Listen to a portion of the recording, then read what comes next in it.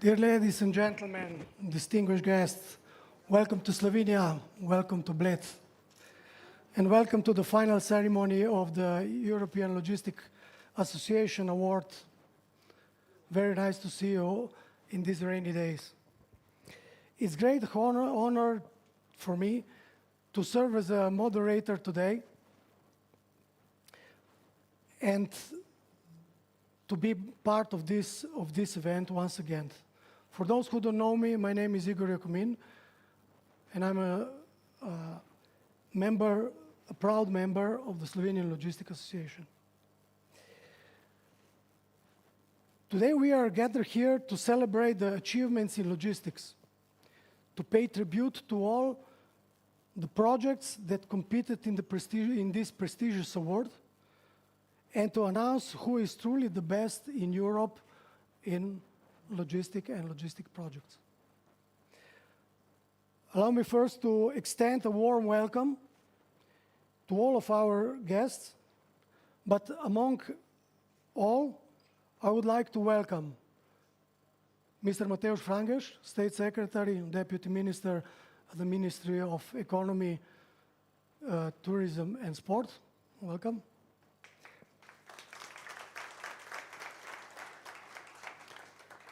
Dr. Markus Mau, President of European Logistics Association.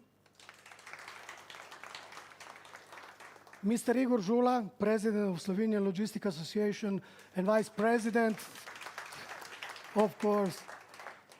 All esteemed guests here in the hall who traveled from all around Europe to join us today, and all those who are joining us remotely. Hello, and thank you. This year, we received 11 projects, 11 submissions from all over Europe. As you know, the rules stipulate that just 6 of them are going to the final ceremony and will be presented today. I'd like to take the opportunity to thank all the members of the ELA Award Selection Committee, led by President Derek. I know that in Spanish is Javier, but is not correct. And I would like to thank all the members for the patient, hard work, and responsible decision-making. Thank you very much on behalf of Slovenian Logistics Association. Thank you very much on behalf of all of us.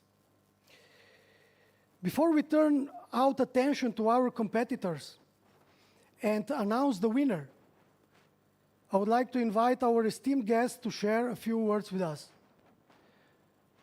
I will invite first the President of the Slovenian Logistics Association and today's event sponsor, Mr. Žula, to share a few words with us. Thank you very much. Thank you, Igor.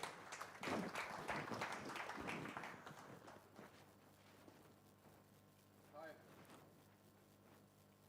Dear colleagues, is it working? Yes, it works. So, I'm happy and I'm proud that we have a chance today to speak in front of such a distinguished guest. So, dear State Secretary, Mr. Frangeș, dear Mr. Mau, President of ELA, Mr. Derek, and everybody here, warm welcome here in Slovenia. Me being here now and making smart in front of you, that actually means that we have to do something very, very, very right, that we have a chance to share the knowledge and host you here in Slovenia. And I think that Igor knows very well this, since the company Cargo X won the gold medal last year in Paris.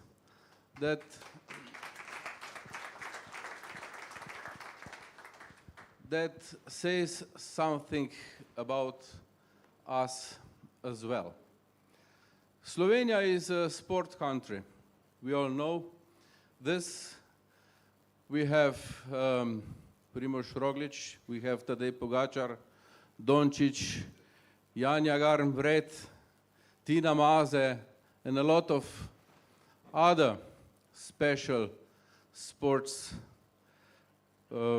passionate people.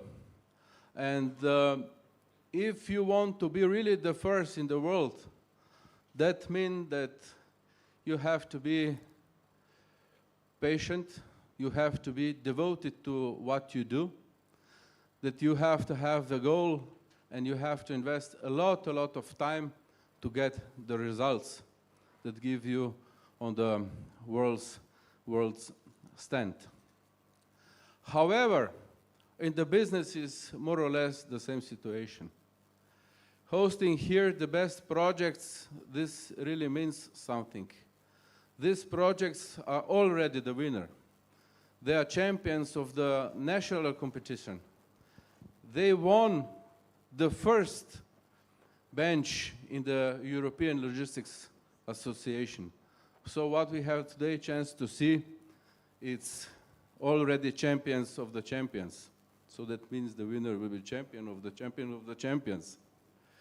And yes, I am really looking forward to hear these projects and to share this with you. Before I continue and give the words further, today, Robert, Robi, Danica, Maja, Igor, you are our champions. So thank you for this, what you prepared, and I'm looking forward to be among you today.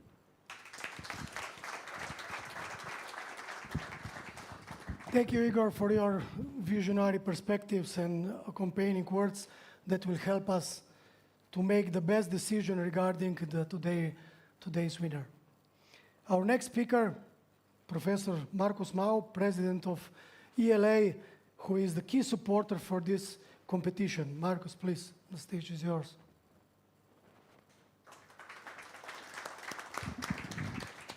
Thank you. 55,000 members. This is what ELA has all over Europe via our national organizations. 22 countries. And we are coming together here at the most important event of our organization. We have a lot of events. We have, as you know, because this is why we are sitting here, we have our national conferences or award ceremonies or combined, which is kind of the qualification for our award. And we have many events. All of them always with the focus of what is of importance in the specific country, taking the specific settings and all of that. Absolutely necessary. With ELA, we have also the opportunity to do things conjointly, together, getting more knowledge into it, exchanging on a different level, all together, learning from each other, and to enhance our activities for whatever we would like to focus on. So I'm very happy that we are here to celebrate the ELA Award. We had a very great event last year in Paris, and we are going to have a very good event here. We made some changes, and I would like to highlight some of them because the ones that may have been last year may or may not recognize. So we have the finalists, you know, we will see the 5 finalists presenting, but we also have our jury here, and this is something very new, because we have a twist in how we do it. In former times, it was all already said and done. We had the presentations, but it was clear who's going to win. And now comes the motivation for the ones that will be on stage. This year, it's completely open. You are here, and that's good for us, because I'm very curious to see what's going to happen, yeah? Because, of course, they made their kind of pre-evaluation. This is why we have the finalists. But now we will see what is going to happen here on stage, which has 2 components. First of all, we see the presentations, the 5, 3 and 2, small break. We will have a question, a handful maximum of questions, straight from the jury to the presenters right after their presentation. Please check if that would have been your question as well. Yeah?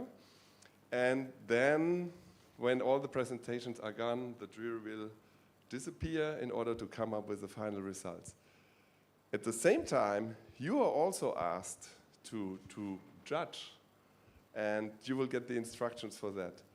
So it's interactive, and it should be the starting point for you to talk to the finalists, to the winner and the other ones, because each of the projects, and Igor said that very correctly, is already a winner.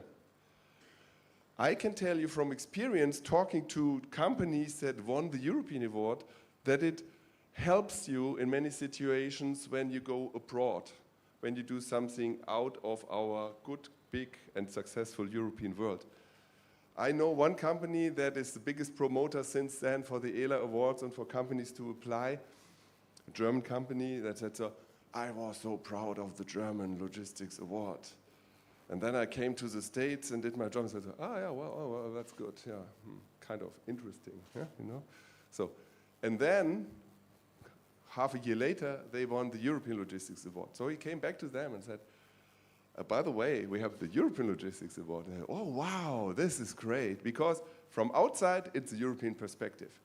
We, from the inside, once in a while should work more on our European perspective. And today and here is the perfect moment because we will get presented the winner from 5 different member states of our very big organization. If you see the total amount of members, ELA is the biggest logistics organization with the setting that we have in Europe. I was just in the States and they were telling us what they do, how big they are. And when I mentioned 22 countries, 55,000 members, they said, oh, well, yes, maybe we are not so big.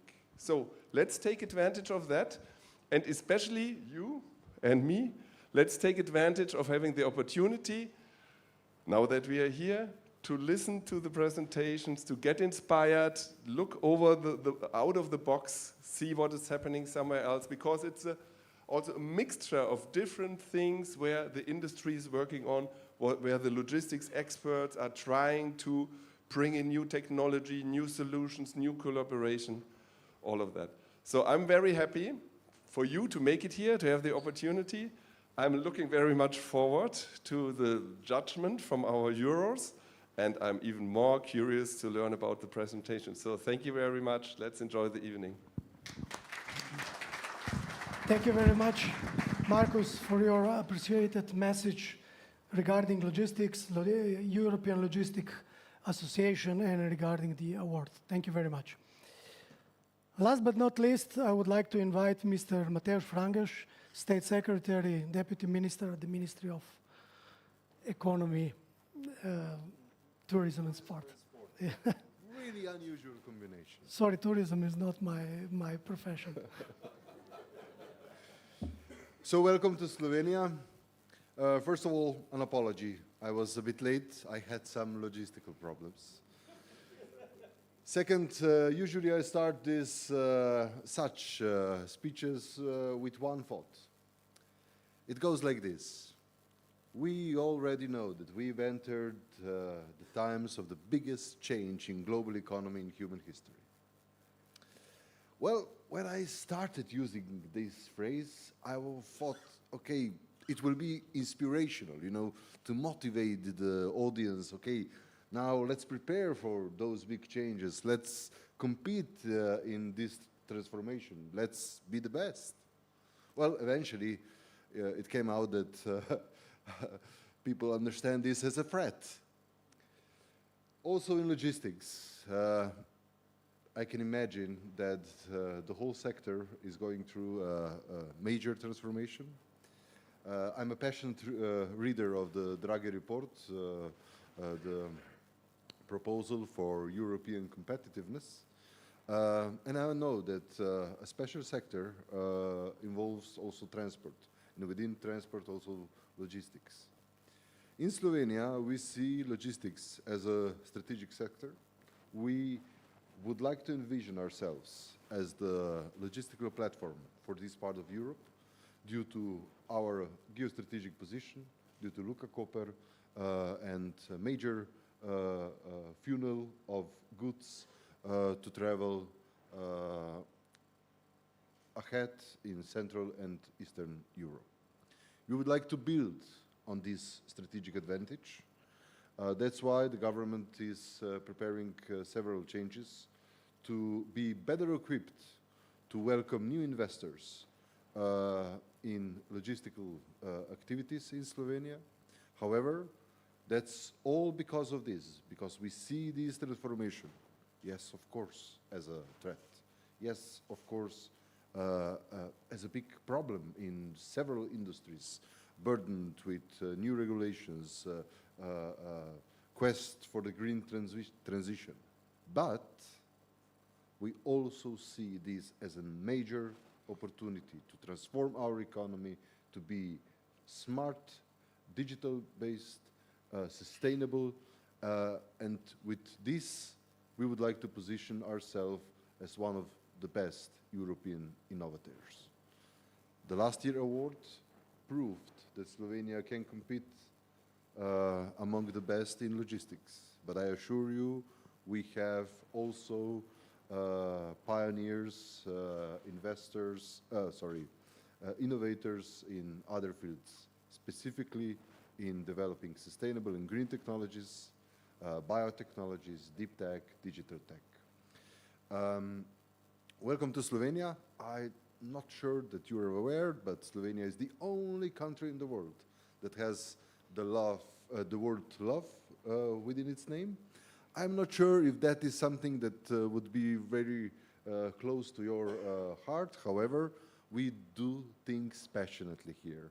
And I'm pretty much sure that with passion, everything we create, either it's the great culinarics or wine, and we are the wine and culinary superpower of the world, or attracting our guests into Bled as one of our main tourist attractions, or when doing business with us, we do it with heart. So welcome, and in advance, all the congratulations to all the finalists as well as to the winner of this year's European Logistic Award. Thank you. Thank you very much, Mr. State Secretary, for your encouraging words. We are delighted to share the same beliefs and direction in the development of logistics, in the development of Slovenia in this stage. I believe we have been successfully inspired, isn't it? Our speakers turn a lot of attention today, but I think that we have to turn the attention now to the competitors. As mentioned earlier, we had 11 projects submitted to this year's competition from the following countries: Austria, Czech Republic, Germany, France, Ireland, Morocco, Poland, Portugal, Slovenia, and 2 from Spain. So 11 in total. Once again, congratulations to all 11 winners. Unfortunately, at the end, there will be just one super winner. But let's wait till the end.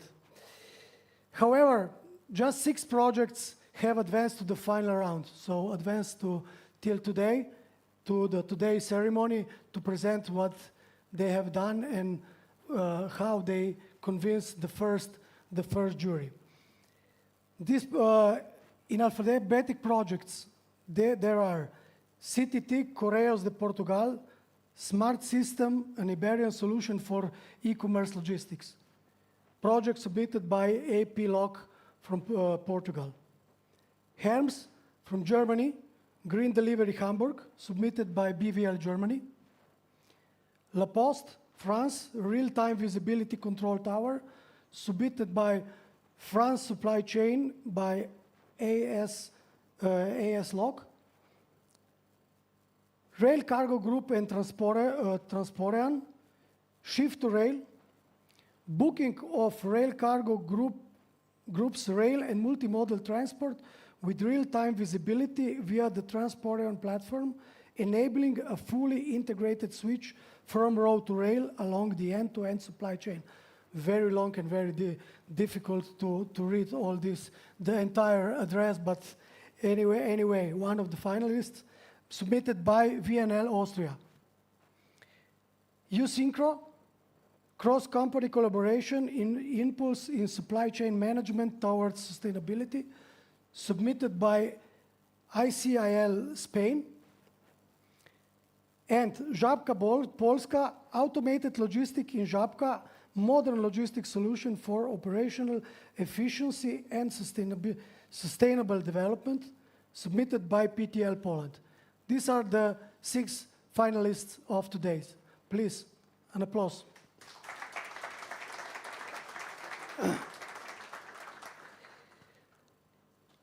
In order to define who is the real winner, who truly deserved this ELA award, I think that it's very essential that we are listening to all the projects. As Markus said previously, after the presentation, the jury will take some time during the break, hopefully, that will decide who is the real winner. But you already hear all the rules and how we will find the real winner. Also, we need to mention who are the jury members. Start from the beginning: Ana González Herrera, Hans Hauri, Milan Ludwig, Klaus Peter Jung, Xavier Deric, Romeo Dumitru, Kurt Leidinger, Gregor Likochik, sorry, and Igor Zhula. A big applause also for the jury, please.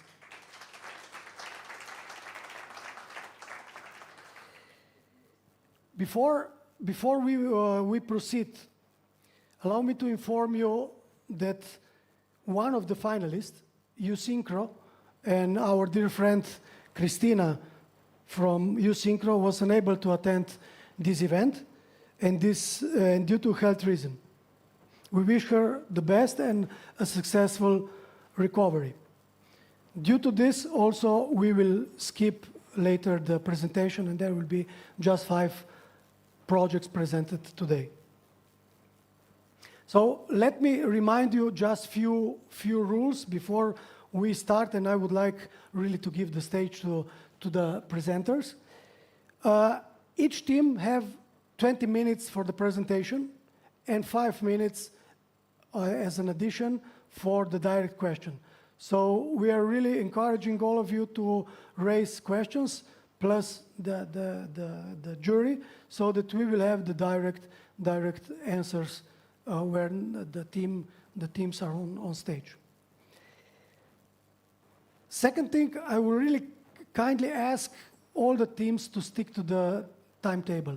So you will see all the timings here on the screen, and please try to be in your time slot. In other case, we will have some other, again, logistical problems, and we don't want to have problems in today's logistics. Third thing, present your project as best as you can and in a way that suits you best. Because at the end, there will be very important how you will present. It's not important what is written on the submission form.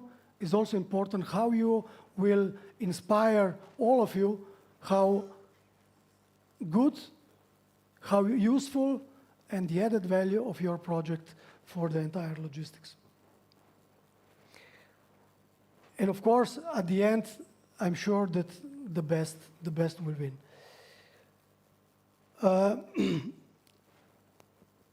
There is another thing. This award is also to recognize the presenter who captivates the most with the energy, dedication, creativity, smile, whatever you want, and how you shared your idea. That's very important message, which you as a presenter, you will give to the audience. Maybe you will ask how the votes from the audience will come to the jury. After the presentation, there will be a QR code on the screen.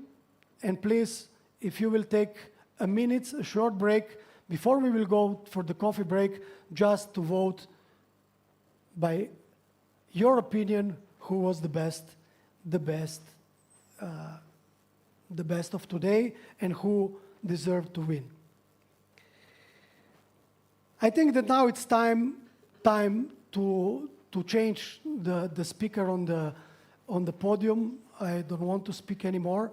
I would like to invite the first team to present, and I would like to invite on the stage CTT Correios de Portugal to join me on stage. The project titled Smart System, an Iberian solution for e-commerce logistics, focus on transforming operations to enhance efficiency and effectiveness in response to the increasing number of orders originated from e-commerce. Please.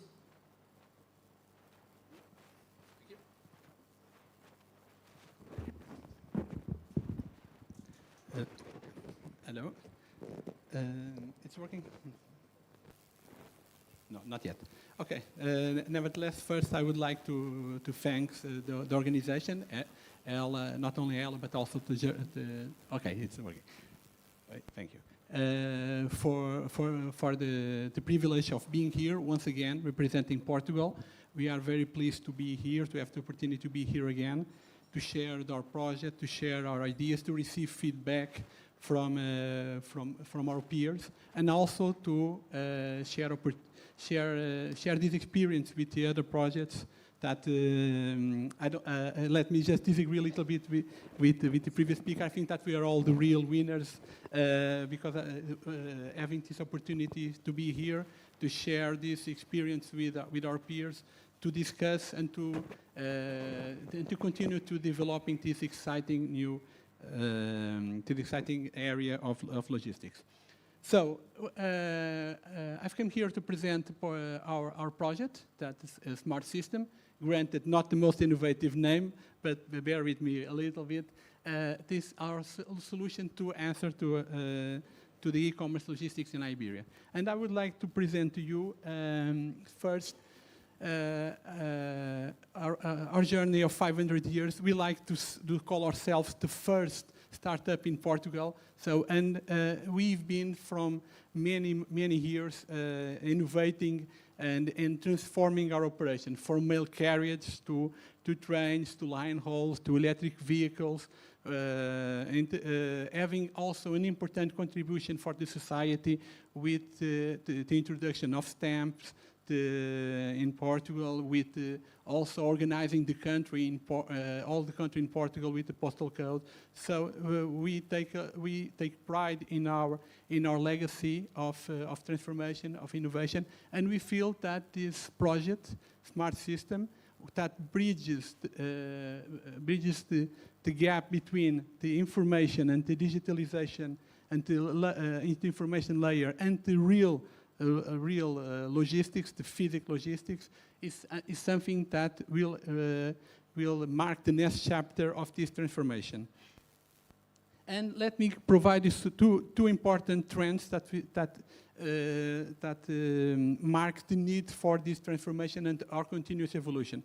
As you are all aware, the mail in the past few years has been falling drastically, and at the same time we've been experiencing the growth of e-commerce, the e-commerce boom, also levered by the pandemic, and this creates a huge transformation in our operation, in our logistics, because it's not only we have to change, we have to adapt, but the adaptation is of course very different to deliver mail to deliver parcel, and not only for the obvious reasons, for volume, for weight, the kind of vehicles that you use, but also for the needs of information along the process and the need of the involvement with the customer. For instance, I am much more on trying to understand what is happening when I buy a smartphone from Amazon than and then the expectation I have to receive an invoice from a mail. So all of this we need to transform. And of course, with the growth in Portugal, to Spain, to this Iberian, so moving the focus from all in Portugal to the Iberian, and Iberia is the fourth largest e-commerce market in Europe. And we are already the fastest growing parcel logistic player in Spain, and we want to continue this development. So this is the context that we have. And in the last few years, we've been seeing lots of transformation in the last mile. Predictive tracking, same-day delivery, electric vehicles adapted to the new parcels. Also, the way that we interact with customers, with lockers, lots of innovations and new ideas. However, we feel that upstream we were constrained by what the manufacturers could provide to us. And so we, of course, experienced with automation, robotization, but we feel that there was more side projects than really transformative actions. And so right now we feel that this was progressive and not an entire revolution. So we feel that this project that we are going to bring is really helpful on that area. So to understand our project, we need to understand what we had before our project. So before our project, we had the sorting and the preparation for the last mile was conditioned and restricted with several, with a few conditions, very limited conditions, mainly postal information, but also some weight, volume. Sometimes we had some information about the product, but it was very restricted, very constrained, and we needed to change that. And Smart System changed that with three main areas. First, the capacity management. So as I said, so we assisted a huge drop off in our mail. So we had a huge time available in our delivery offices, and so we needed to have something that rapidly could manage between our third-party network to deliver and also our internal. And so we incorporated the decision making that was developed by CTT in a centralized system that manages all of our sorting, across the country. Not only our sorters, but also all manual operations. And so we'll take into account multiple variables. So we are going to see that a little bit later. And then at every moment we'll decide what is better and more efficient for that parcel. At the same time, we also work with process efficiency, trying to automate, trying to be more efficient, and replaced and included lots of direct sorting to roller cage in prototypes and proof of concepts that were designed and deployed by our own internal team that optimized space and work areas and freed the flow and simplified and streamlined the flow for the internal logistics. And lastly, in our continue to improve the pre-last mile, we deployed the concept that is similar to the Formula 1 pit stop. So where objects are, the parcels are aggregated, by parts of the route, and those we anticipated some of those actions that were previously made by the delivery guys, by the distributors, and we anticipated them, and so the time is much to free time to what they should do, that is delivery parcels. The capacity management is really the anchor of our project, and one of the benefits of having a good team is saving some time. And I'm going to ask my team to share some of the ideas about the project. It's in Portuguese, sorry, but we have subtitles. a quebra do tráfego que está a acontecer, era imperativo otimizarmos as duas redes de distribuição. Para isto, nós precisávamos de algo que nos permite, de uma maneira automática, separar e expedir para a rede base e para a rede expresso a quantidade desses objetos, de modo a otimizarmos a rede e adaptarmos a quantidade de objetos à rede que já temos instalada, tanto na rede base como na rede expresso. Essa ferramenta foi o Smart Sorter. Em boa hora veio, porque o que é que nos está a permitir? De facto, otimizar estas redes. Porquê? Porque esta ferramenta, de uma maneira automatizada, de uma maneira autónoma, de uma maneira de rápida decisão, permite-nos que, em termos de sinergias na rede, seja possível ganharmos realmente muita produtividade, ganharmos muita eficácia e conseguirmos reduzir muitos custos. Neste segmento expresso, os CTTs estão incluídos num mercado extremamente concorrencial. Nós estamos na liderança, mas queremos manter esta liderança. Neste âmbito surgiu o Smart Sorter. Quais são as grandes vantagens do Smart Sorter? É um sistema centralizado ao qual estão ligados todos os equipamentos que fazem divisão, portanto no first mile, fazem divisão de objeto expresso. O que a máquina faz é capturar a informação do objeto, ou seja, o código do objeto, o peso e o volume, envia para o Smart Sorter. O Smart Sorter tem um conjunto alargado de regras e devolve à máquina e só diz vais dividir para a saída X. Com o Smart Sorter nós conseguimos dar uma eficiência à nossa rede, conseguimos otimizar a segregação de maneira a garantir que aquilo que é enviado para os CDPs corresponde à sua capacidade de distribuição e o restante é assegurado pelos nossos parceiros. O Smart Sorter também faz um balanceamento nas nossas redes no que diz respeito à distribuição de janela horária. O Smart Sorter diz este objeto com estas características é para este sítio e durante 24 horas o sistema, sempre que aquele objeto lá chegar por tratamento noutra máquina ou num PDA de um carteiro ou de um operador, o Smart Sorter vai sempre dizer é deste destino e garantimos a fiabilidade da informação e do encaminhamento dos objetos. Com o Smart Sorter conseguimos colocar na rede base aquilo que é a capacidade do CDP distribuir e não estarmos a colocar nem a mais nem a menos do que a sua capacidade. E o que é que o Smart Sorter tem para podermos chegar lá? Temos as regras de negócio que precisamos e que estão adequadas ao mercado neste momento. E tem uma capacidade evolutiva de acompanhar à medida que for necessário e não precisamos nunca de envolver os fornecedores das máquinas divisoras para isto. E o grande objetivo deste ano é alargar o Smart Sorter a toda a Península Ibérica e não só sermos líderes nacionais em Portugal e tornar-nos, com apoio nesta ferramenta, num dos players principais a nível ibérico.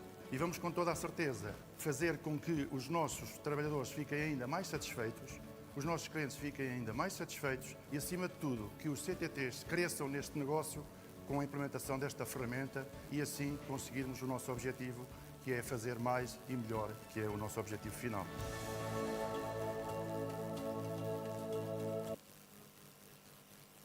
Okay, so in short, the key points of this first area that is really the anchor of the project. It will balance the network, so it is going to look at the capacity of each node individually, and according to the restrictions, according with what we are already sorting nationally, and even with the information from the other countries, so in Portugal from Spain and Spain from Portugal, and it will deliver according to multiple criteria of rules in an agnostic model that is compatible with all the sorters, but not only sorters. Like this is adaptable to one sorter that has 200 outputs, but also to one manual operation, so someone that is sorting and preparing the parcels to be delivered and has five containers at his front. And the other action is of course we can be creative with the rules. For instance, we can decide how we are going to handle Amazon. We can decide, for instance, if we are going to deliver a certain parcel that has priority and has to go at 9 o'clock, we could merge them with other delivery points near that route, other parcels that doesn't need to be at 9 o'clock, but to save some time. So this will allow us to be creative and to change. And if tomorrow I want to change, so I will have Monday, I will have a set of rules. Thursday, Tuesday, another one. I can have this flexibility handled by business guys. So we don't need to be a programmer. So this can be the people that handle day-to-day operations, that know the process and can improve its operation like this. At the same time, we also, like I said, so this is we use this as a way also to transform our shop floor. And one of the things that we've done is integrated and changed. So instead of having only regular chutes where the parcels are being dropped, we also created this direct sorting to containers. But you can, of course, some of you already know these models can. Oh, okay, but this is not an innovation. Having direct sorting for roller cage, pallets, etc. This is something that is standard, and I would agree with you with one minor exception, but with that we feel is crucial. This was designed, conceived, prototyped, and installed with our own engineering team, as already the feature for tracking installed, and this is compatible with all sorters. Again, we are working to be completely agnostic. We can have this for sorter from supplier A, supplier B. This is completely agnostic and allow us to be fully scalable, and also, of course, trying to continue the efficiency again, the future integrations. So I want to have integration with robots, automation, etc. I will only develop in one site, and after that is completely scalable for the others. And lastly, so like I said, the final area of this transformation was improving the really pre-last mile, organizing parcels en route by zone sequencing with these bags, with information that we have from the smart sorting. We can build this, we can deliver this, and again, this gives us the flexibility to have 200 routes, 2,000 routes. It's completely irrelevant. This is something that we handle on our own and on our side. And of course, like I said, this will free the time for the delivery, so they can focus on what they should do, that is, being on the road, being more efficient possible, and delivering the maximum number of parcels possible. Okay, so this was, in a nutshell, our project. But what were the results? So we already, the project is 90% concluded. We expect and are on track to finish by the end of the year, before going to phase 2. At this moment, millions of parcels are already being handled every year. 93% of all our parcels are being managed by this system. We accomplished several goals. Like I've said, so we have improved the allocation of the parcels for each route. We include for each network. Sorry, we improved the productivity of the routes. We consolidated tasks, removed manual operations, and have much more flexibility on not only on sort but also on all logistics operation. And having this flexibility and having a better sharing of the routes will also lead also to a reduction of the footprint, because of course less routes, less kilometers, more efficient. And with one of the benefits of automation is that we have more information to share with our customers and also with our own services to improve. So what were our results? We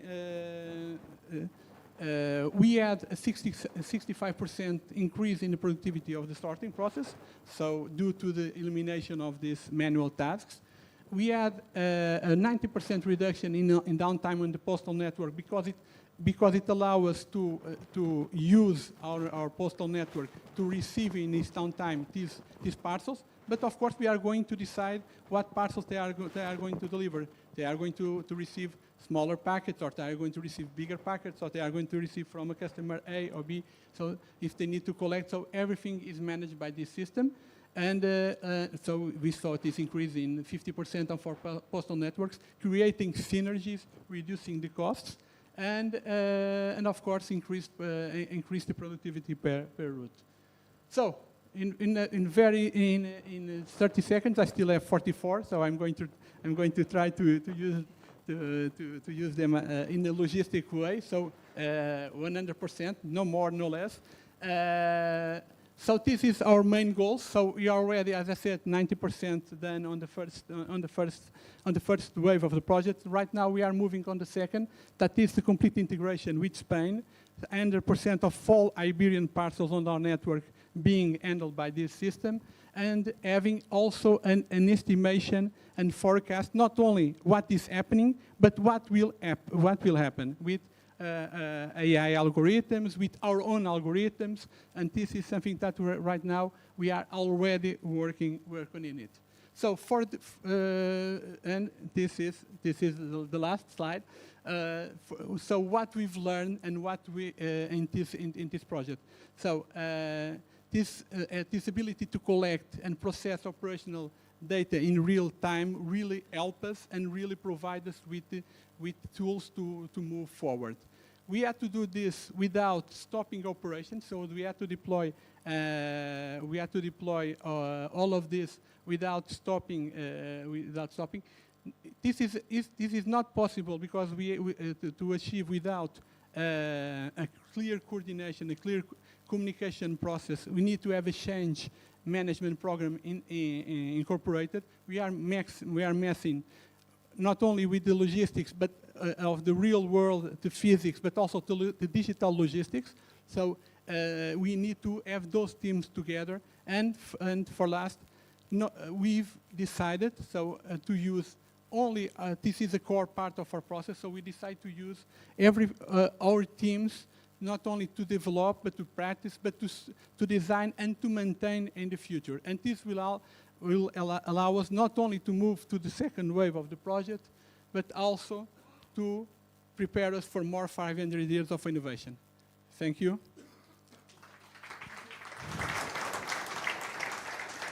Thank you very much. So now it's time for questions. Who will be the first one to break the ice with the questions?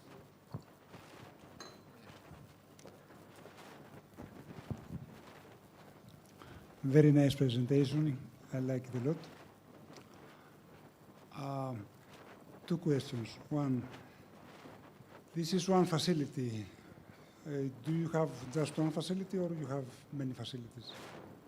And the second question, what is the return on investment? What is the investment and what is the return out of that? Okay, so the first one. So this is with for logistic reasons. The video and all the photos were only made in our main sorting center, but this system is deployed in all Portuguese and Spain. So we are talking about around 30 centers, of course, of different dimensions and sizes and even operations. The return of the investment. Curiously, the investment wasn't very. We are talking about a huge return because as we've done this essentially with our own teams, with our own project manager, with our own developers, with our own engineers, with our own process teams, we've been able to have the costs very controlled. So of course we had some costs related with the infrastructure of the replacing all the chutes with the new frameworks, but we are talking about dozens of thousands of euros and not talking about hundreds of thousands of euros. And the systems, as we are using essentially software that is open source software, and also some softwares that is handled that has pay as you software as a service. The costs are mainly related with operational. So if we produce more, we pay a little more, and so we've tried to don't have a huge cost on the beginning, and try to have these costs go along. And this is one of the reasons why we are doing this progressively. So we are looking at the results. Okay, this is working on this side. Let's go to the next side, and further on. Okay. Question about the system. You do all the engineering yourself. Why? And you have never the intention to buy external service or to do more rapidly with others? How you explain that? Okay, so first of all, of course, we have, especially on, I would say, corporate applications, we have outsourcers work with us. We have applications. So, for instance, we are not going to develop an ERP. We are going to use SAP and whatever. But on the things that we consider our core business, on the things that, and it isn't one shot. For instance, if it was a solution that we are going to develop like this, and it's going to be more or less the same, eventually we could reconsider that. But what we feel is that this will be the leverage for the future. So this is going to be a foundation for future projects.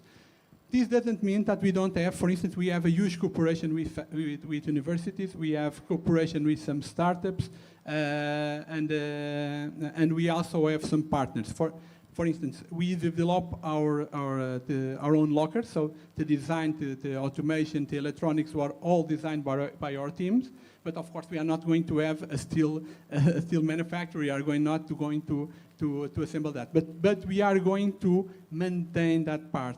Even if we, of course, we'll have some third parties working with us. But we feel that the core of the business should be handled by the core of our persons.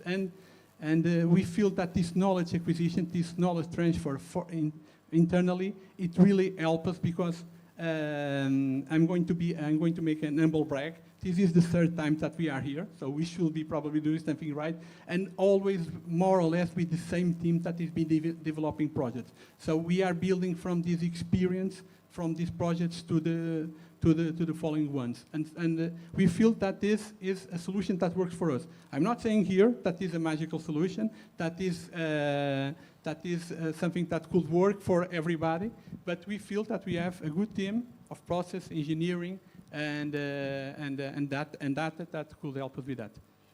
Yeah, upfront also, congratulations to the project. Seems to be quite interesting. There's one question in terms of productivity and efficiency. Mm-hmm. Do you have any comparison to your industry in Europe in terms of any KPIs which are used from most of your competitors? Benchmarking, yeah. Okay, so we have two different worlds in at CTT. We have the mail and the mail part, where we are present in many international forums like this one, and where information, I would say, circulates a little more freely, because usually national postal operators doesn't compete with another. And so usually we have a lot of information, and we also share lots of information, and we know what is being done in the with the different postal operators, and we also know and also have the opportunity to share with them our experiences. So we have an idea of what is being handled by some of our competitors and some of our I will say friends outside. However, on everything that is more related with the parcels and logistics, etc., this is a little more I would say there are a little more walls on the information circulating freely. Of course, there are some papers, there are some information that are shared by some providers that we should take with a little bit of caution. But usually we try to see what is being done, so to try to benchmark and to have, I would say, an idea for what we expect of the project. But we don't usually compare day to day what we are doing with what is other players doing. We have, I think that, yeah, last question, but please stick to the timetable because we have some more presentations We going can discuss on. later if you want. Maybe it could be too late. Last question concerning the process. So you show us and explain quite well the process of distribution. So it means the last mile. So how it is work the system with the pickup? So means do you use the same sorter for the pickups parcels, or you just have different process for that? So what? I don't know if I understand correctly. The question. I'm going to try to answer with what I thought. Yes. Have the process in. Mm-hmm. So do you sort also the pickup goods on the same sorter for the line hauls to send to another places? So now fully understood. Sorry about that. Okay, so these sorters are flexible. So according to the time of the day, they are handling different sorting programs and are aligned with both the pickups, with both the delivery processes. For instance, and there is also these algorithms that we exactly at the evening we sort for a different model, and in the morning exactly, and all of this is flexible, and all of this is handled by the same system. The only difference is the system receives the information that is handling a national program, or is handling a regional program, or is handling a cross-docking problem. Exactly. Thank you. Okay, thank you very much. Thank you. You know, the magic of the presentation is always to stick to the timetable. Unfortunately, the moderators are the ones who have to cut this down. But anyhow, I know that you will not be angry if we will have the ending ceremony a little bit later. And I'm encouraging all the questions, and hopefully we will have sometimes also at the end to raise some additional question if they will raise up during the presentations. Thank you very much, CTT Portugal, and let's go further to the next presenter. I would like to invite Herms from Germany to join me on stage. The project titled Green Delivery Hamburg marks a groundbreaking achievement as Herms, Germany has, for the first time in a major metropolis, established the infrastructure to deliver parcel citywide in Hamburg with zero CO2 emissions. Since the end of 2023, up to 12 million parcels per year can now be delivered entirely using electronic vehicles, making this approach unique in the courier, express, and parcel sector. Please, the stage is yours.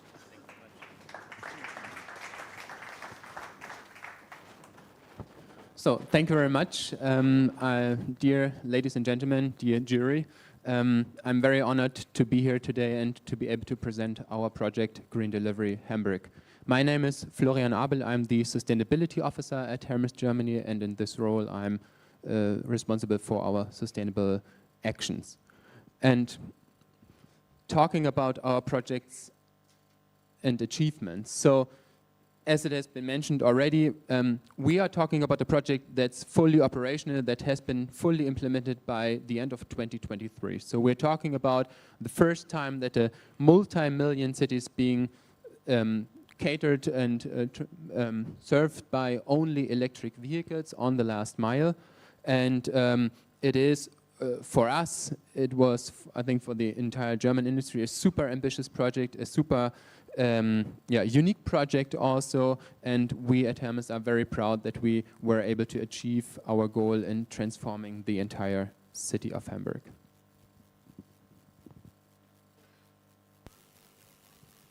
So what does it mean? I would like to point out a few key facts. The jury has read the documentation already, so I don't want to repeat every single page of that, but just to give you a feel for the scale of the project. So we're talking about a setup that can cater for up to 12 million parcels a year, and we're talking about the full city of Hamburg. So it's not only the city center. And the heart and soul of our solution basically is our newly built charging park, because when we were thinking about how to transform the city, we had different locations previously all across Hamburg, and we needed to find a way to electrify the entire fleet up to 240 vehicles. And it was in the current setup previously not possible to electrify all our sites because the electricity was just not there.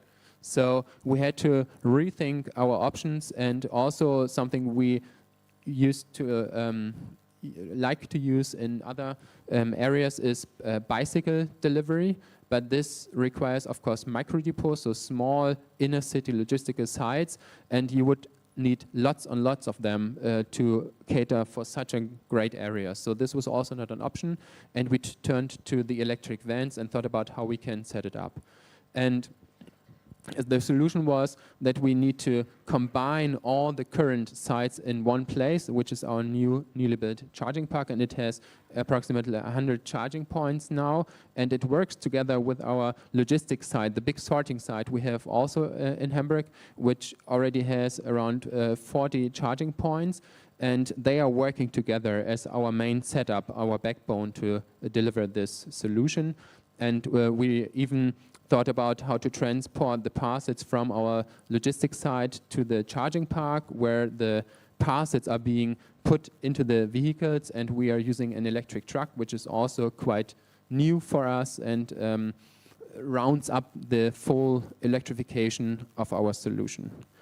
But to not stay with this, I have brought a short video with me to just transport the feeling of our solution and to help you understand what it really looks like in action.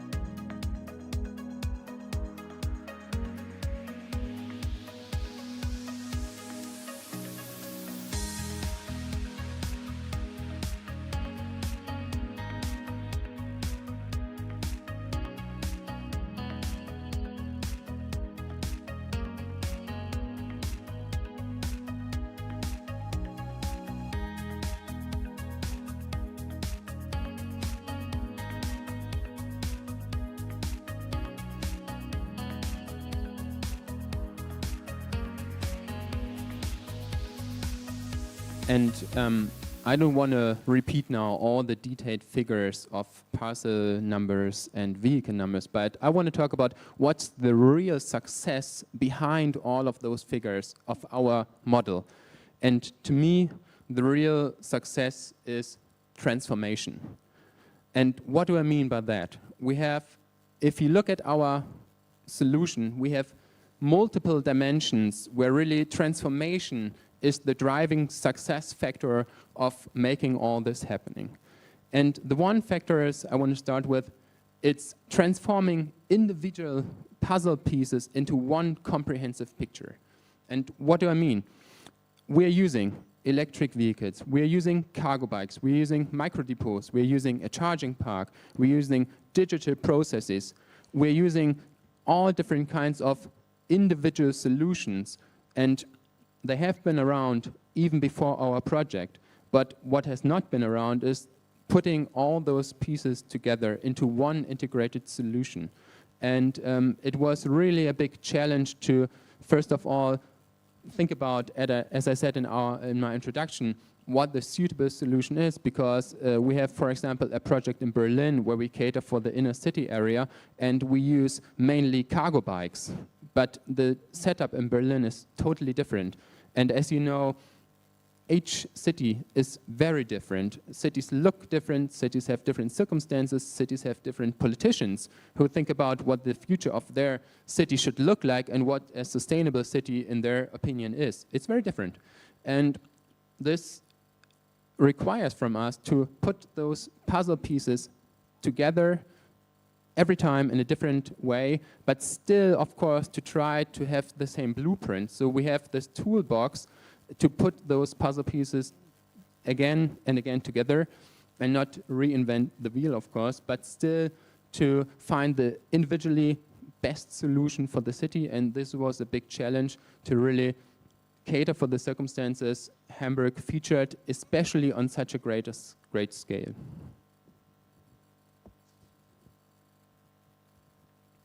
The second one I want to point out is a business model transformation. What do I mean by that?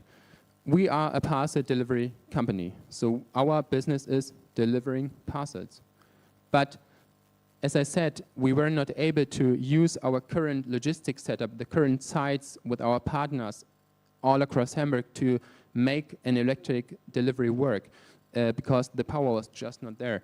So we were forced basically to build our own charging park, because also, as you might know, charging infrastructure in Germany is not sufficiently implemented yet, especially for our purposes. So our solution was then to have our own charging park.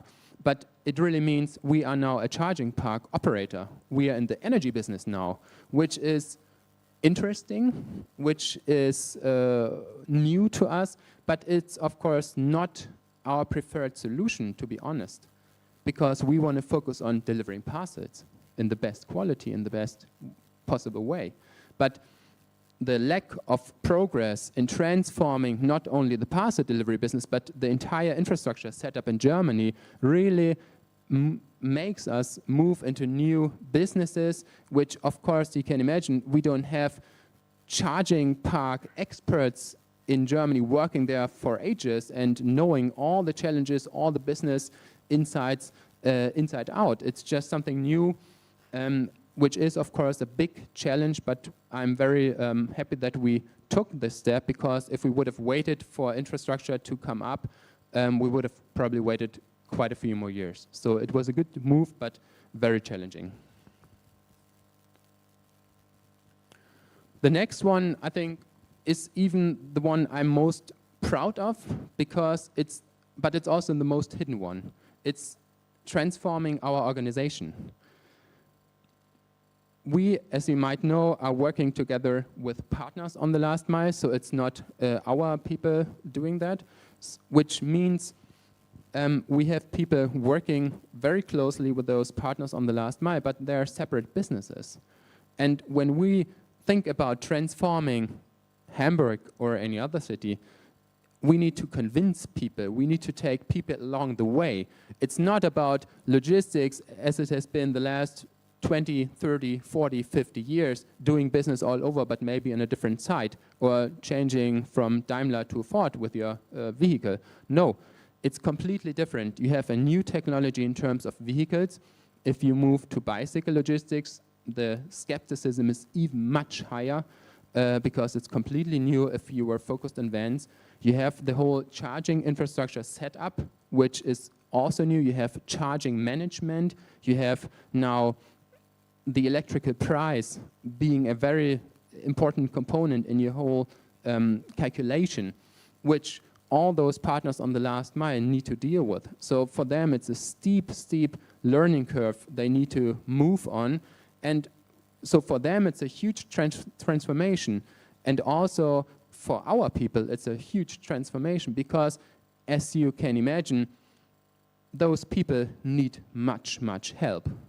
And they don't have any expertise, and they're very skeptical. So our people who were, before we started those projects, only focused on explaining our partners how to maybe do the logistical part or how to operate within the known, are now change agents, basically. They need to take away the fear. They need to talk about things they are also no experts in, and also have to deal with uncertainty. So one example is that leasing costs of electric vans were at 50 euros per month, and then went back up to 1,500.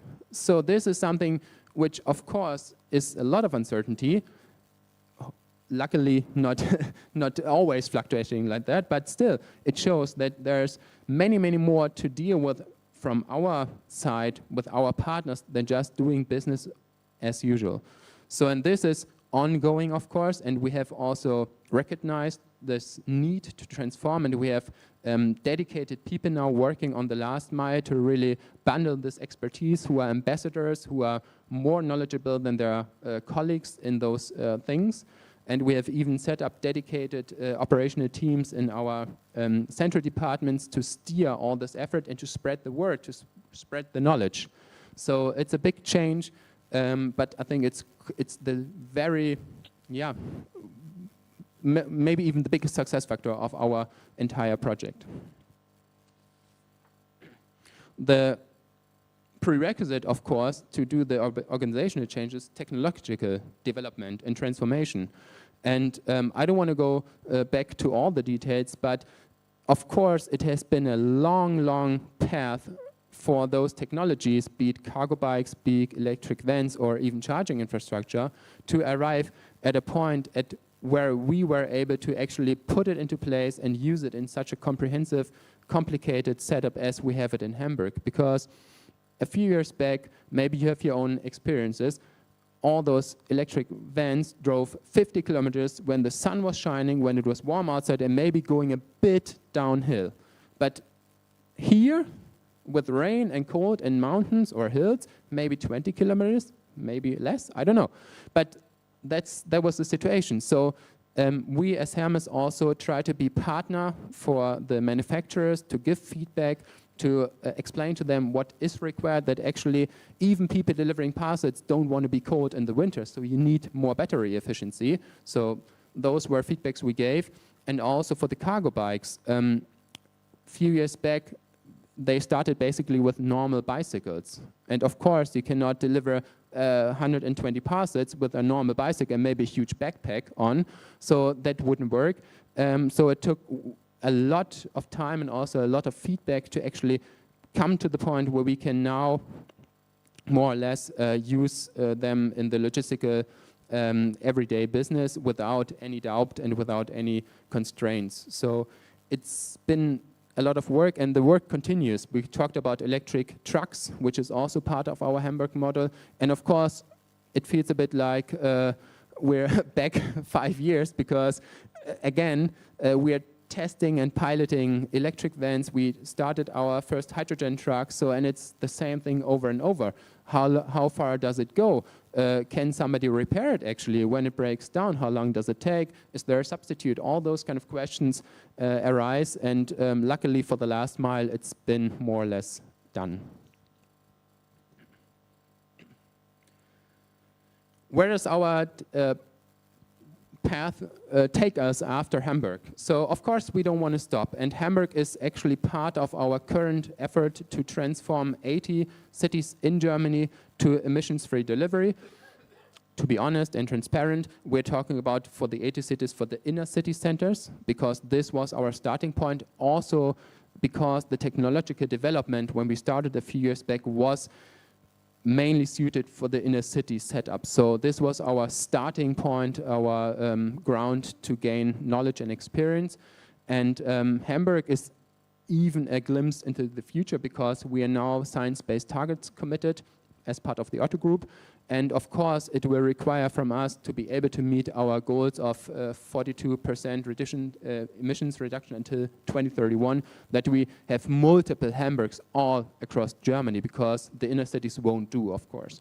So this is why I'm personally very happy that we had all those obstacles in implementing Hamburg, because it helps us to gain the knowledge to hopefully reach our goals. It will be ambitious enough anyways, but transforming more or less our entire last mile will take a lot of effort, and hopefully we can gain lots of experiences from our Hamburg model. But so far this one is done. I'm very happy, and I'm finished with my presentation. Thank you very much. Thank you very much. Questions?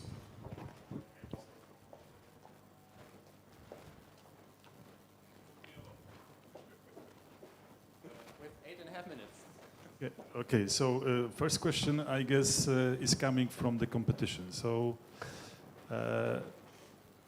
competition in the parcel is one of the highest. So generally, everybody is looking for the cost of the last mile, because it's the most expensive part of the distribution, generally on the way of the parcel. So, question, okay, how you buried this higher cost of the leasing, which is because, okay, they are quite doubled than the regular truck.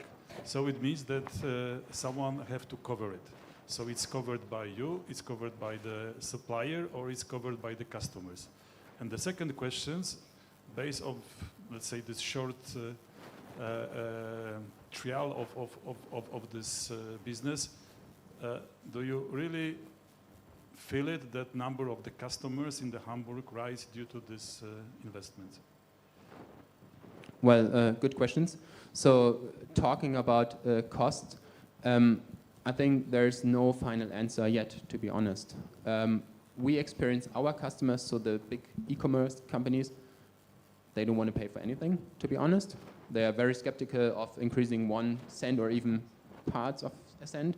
And also, I mean, especially through the Otto Group, we get a lot of studies also, and what everybody sees in the studies, they all showed people are very demanding, so the end consumer is very demanding if it comes to sustainability, parcel, or any other thing, but is not willing to pay anything for it. So, huge challenge. We take part of the cost, to be honest, but we are very much dependent also when it comes to our long-term ambition, how the TCO development will go, to be honest. And it's very positive. So we are getting, we have the vision that we will reach this point where where the electric option will be more beneficial in terms of a financial solution, but it's not something set in stone. So we are hoping for it, but also we see that we need to have this dialogue with our business customers, because at some point, I mean, we are paying into their climate ambitions. So if you ask me, it cannot say that they just pass it on and on and on. So this was one. And the second one, if we get more customers in Hamburg, well,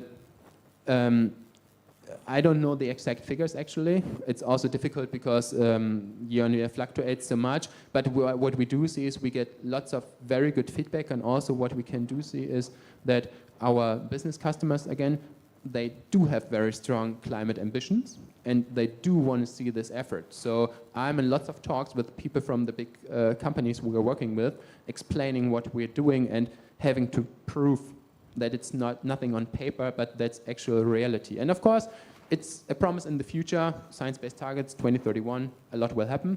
But having those projects really, I think, is of strategic importance for Hermes to be of relevance towards our customers in terms of working together in the future.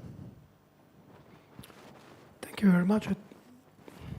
I also have two questions, not completely different to the ones, but just complementary. In your video presentation, we saw battery electric vehicles, we saw also a hydrogen truck. You also mentioned the hydrogen truck, which is a bit surprising for city logistics from my point of view. How do you see that bet on the different technologies? This is question number one.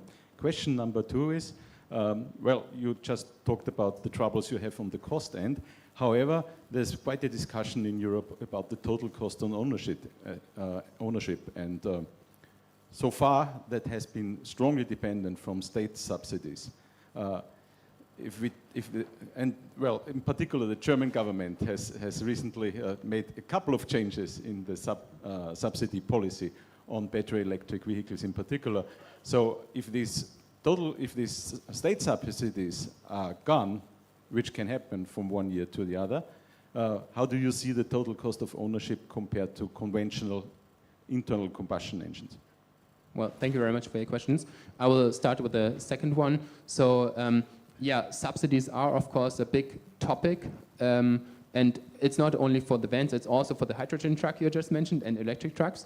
But luckily, at least for the last mile, we see that it's not only dependent on subsidies from the government, German government anymore, because we have more and more competition. We have, between the manufacturers driving down prices and also ramping up the ranges and anything else. So we are quite positive that even with the uncertainty given the subsidies, that the development of the last mile vehicles will be very favorable based on market mechanisms, basically not driven by the state subsidies. So this is one thing. If it goes down to your first question, so if we talk about trucks and we talk electric and hydrogen is a bit different, I would say, because electric is further advanced, hydrogen is really a pilot thing, actually. If you talk about the pure cost of those trucks, it's much, much more, multiple times the combustion engine trucks. So there I see a case, but also my personal opinion is that we need other mechanisms, that it's not based on a subsidy sum that might be gone after, and we have seen this in Germany, after half a year, the pot is empty. And then all the calculation shifts again, and this is what I mean also by transformation in working with our partners. All those things we have to deal with, and it's really complicated if you have 10 vehicles and you're just focused on delivering parcels to have this in mind and have a view of the future. So this is totally complicated, and let's hope that we have long-term planning that's possible, because we have the political framework, but let's see how it is in Germany in fall next year, I don't know. Your first question, the hydrogen truck was in the video, but it's not part of our Hamburg model. There we have the electric truck, and it's only one hydrogen truck we're having, and we are gaining first experiences. But of course, in inner city logistics, we don't go to the door and use a truck. But of course, we need the trucks to feed the parcels into the cities. And especially with our Berlin model, where we have those micro depots, we need to go directly into the city. So you need different sizes of vehicles, and of course they need to be electric or hydrogen. Let's see what the future brings in terms of technology. Please. One last question, maybe. You mentioned the charging park. And my question is, do you also provide access for other companies to the infrastructure, or is it just for your own use? From a society point of view, this would be the best option, to have our charging infrastructure run 24/7. And nothing else makes sense. We need to build our own charging. Not every company needs to build their own charging infrastructure. Truth is, the regulatory setup, again, we're talking politics, is not suited to make this happen, because it's our premise. You talk about insurance topics, access topics, and all those kind of things, which are also regulated and which are not suited to have a public infrastructure on your own ground, because they need to be fenced and set off, and all kinds of logics, which is, if it comes to practical doing, a big hurdle. So this is the problem why it's not shared right now. But again, if you ask me, I would love to share it, because it just doesn't make sense. It's standing around, we're not using it, but the regulatory framework is not ready there, and hopefully we move forward. Thank you. Any other question before to proceed? No? Okay, thank you very much. Next, I would like to invite on stage the members of La Poste France. The project titled the Real-Time Visibility Control Tower involves the implementation of a control tower for the Postal Supervision Department. This control tower enables supervision teams to receive real-time alerts in the event of transport delays and provides more precise monitoring in transport activities. Please.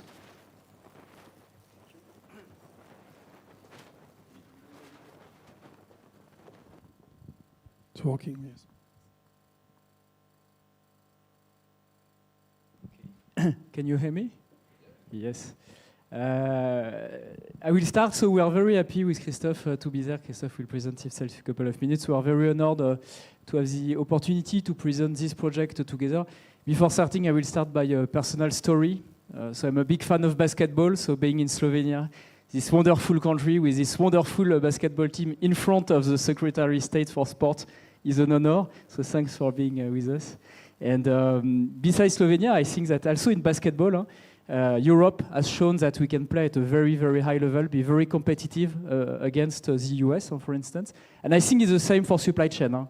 Team Europe, European teams are raising the level, and I think we can be proud of that, because in Europe we have a lot of very smart people, smart projects, and today is an example for that. So thanks for welcoming us today. Christophe, you want to present yourself? And before that, as I have the mic, so I'm Pierre, I'm the CEO and founder of Shipeo, which is a real-time visibility platform. And my name is Christophe Babouin. I'm CEO of La Poste. And I'm also the transport manager, director of La Poste. In few figures, we want to present the company and all the volume we speak about. So for La Poste, it's about 5,000 trucks every day on the road to do the job. More than 20,000 transport orders are concerned every day. And we work with one fleet. We've got about 300 trucks, but most of the time with 500 carriers we work with every day. And we've got a supervision of transport every day, 24 hours a day, and even the Sunday, because we can work on Sunday with universal service for parcels and on mail.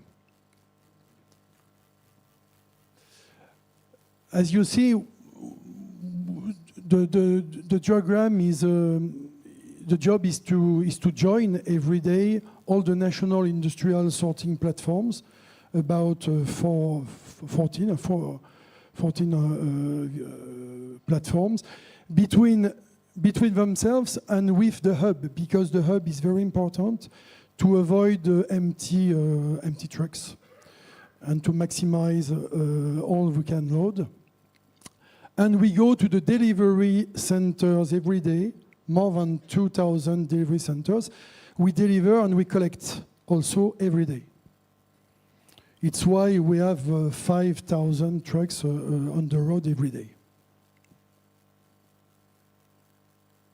Shipeo? Yes. So Shipeo, we are one of the leaders in real-time visibility, and we are the European leader. So we fight against US competitors. In terms of scale, we are 240 people, roughly. We are operating into 130 countries, for sure in Europe, but also in the US and in APAC. We track more or less 46 million shipments a year. For every mode, today we'll talk about road, but we also do cover maritime, rail, and parcel flows. And our job is really to connect to a lot of carriers and a lot of data systems, more than 1,000 systems, because Europe is very fragmented, as you know, in terms of technology. And that's our job, to grab GPS points, milestone data from the carriers in real time. And so, yes, we've connected to date more than 200,000 carriers. And last but not least, we work with 170 customers, including people you know like Amazon, Carrefour, Renault, Stellantis, Saint-Gobain or Yamaha, among the others. And last but not least, you can see on this chart that we are the number 3, but number 1 European and trying to be the number 1 worldwide. Then maybe next slide, Christophe. So how is the product of Shipeo? It's 3 layers. 1 layer of data aggregation, so again, collecting data from thousands of carriers, multimodal, and to aggregate all of this data into a single platform. Then is to clean and enrich the data. You know that in transportation, data is usually very diverse, a lot of outliers, and we need to predict estimated time of arrival. We need to clean the data. We need to harmonize the data, and we have a lot of AI behind that to do this cleaning and enrichment. And last but not least, we have applications to manage exceptions, and Christophe will tell you more about what we can do with the data. So, a tower control, what for? So, we had several goals and ideas at the start of the project. One of them, the first one, is to control our operation like we can do it with a station, the train station, or in a air traffic controller, because at the start we didn't have nothing except a telephone, a TMS, and human skills. The second one, it was to modernize the activity. As I said, we have a lot of job to do in transport, to do more, to get better. We have a lot of data. You see all the data, all the other transport we do every day. And it's quite difficult to control and have a control of all the information and all the issues we can get every day. So we wanted to anticipate. That's the main thing, to anticipate and not be after the problem all the time, and try with manual searches, find the solution, wait for the driver, he calls his boss, and the boss, the carrier, calls our flow controller. It's too late. It's too late and there's too many information. Optimize the carrier performance, I can do it, but that is not the main goal, because we do it all the time, and the main goal is not to control the carrier, but it's to control the data for us. And the main thing also, it was to find a partner, and Shipeo, it's the reason we work with Shipeo, it was to find and use accurate ETAs, estimating time arrival, and tracking, obviously. And it was not so easy to find a solution with trucks, quiz working. I think you are 2 on the market maximum. And that's the principal reason we work with Shipeo on this solution.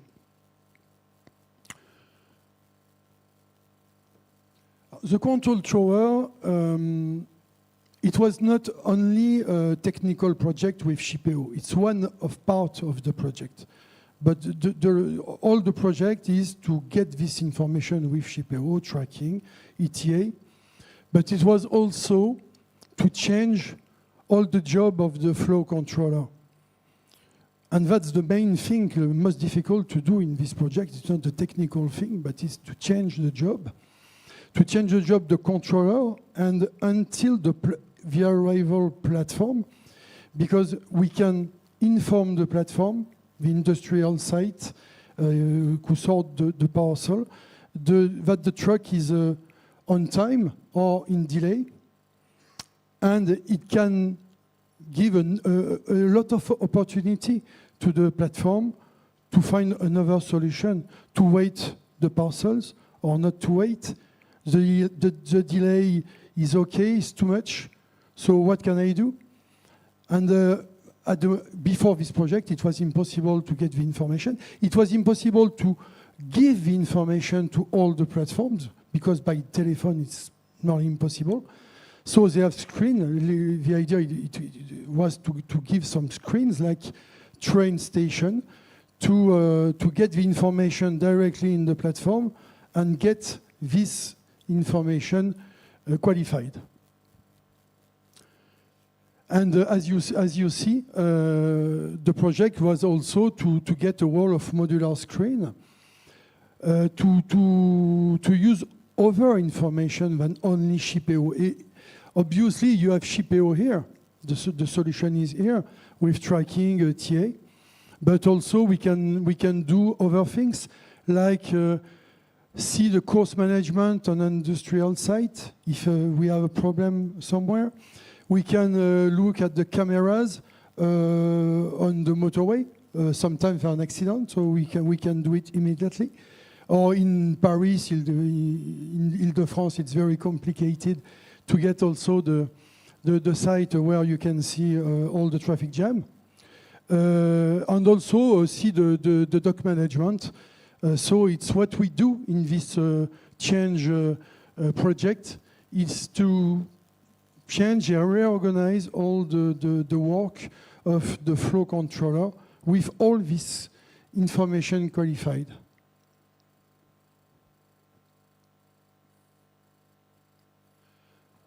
The benefits, everything we wanted to get, we got it, obviously. Another thing very important we didn't take, we didn't see at the start of the project is the last one, attractive jobs. Because it's quite really very difficult to recruit people. Nobody want anybody want to take some exploitation job. It's too difficult. It's too heavy. It takes too time. So it's very difficult. So he gives some modern, intuitive tools. So it's very, very important for new people. The young we can recruit to get a job which is very attractive and better attractive than before.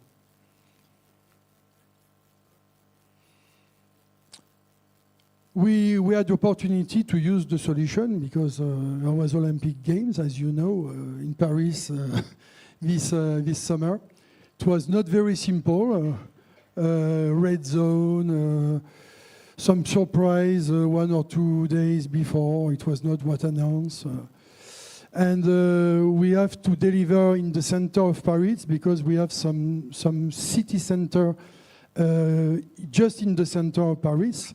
And after we deliver with a cargo bike. Who want to go?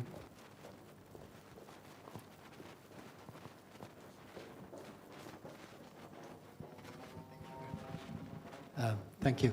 I have a question that's not related directly to the system. I was just interested to hear from you how you deal with the bicycle deliveries in the center of Paris in terms of extreme conditions, in terms of the weather, extreme cold, extreme hot, where the situation is really extraordinary. At the start, when people work with an electric four-wheel, because La Poste in Paris, it's full electric also.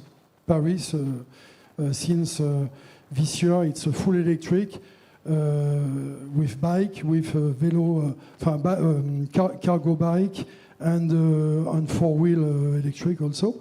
They don't want at the start to use a cargo bike, to be honest. And when they taste it, they don't want to come back because it's so simply to park, to stop. So it's getting crazy in Paris. I don't know how is it for. How do you say it was in Hamburg? They also love it. Yes. They don't want to go back. Yes, they don't want to go back also. It's exactly the same. So. It's just a change, but when the change is done, it's perfect because of the quality of the distribution.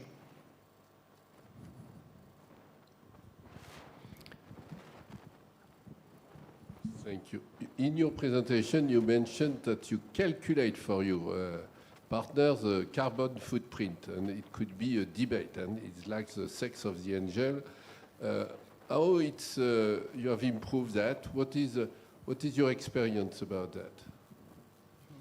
Maybe I can start from a technological standpoint, and Christophe will complement. What we do at Shipeo is that we have the ability to have every single type of engine for every single truck. So let's say that this truck is the Euro 6, this truck is an electric, this truck is the Euro 4, not a good truck.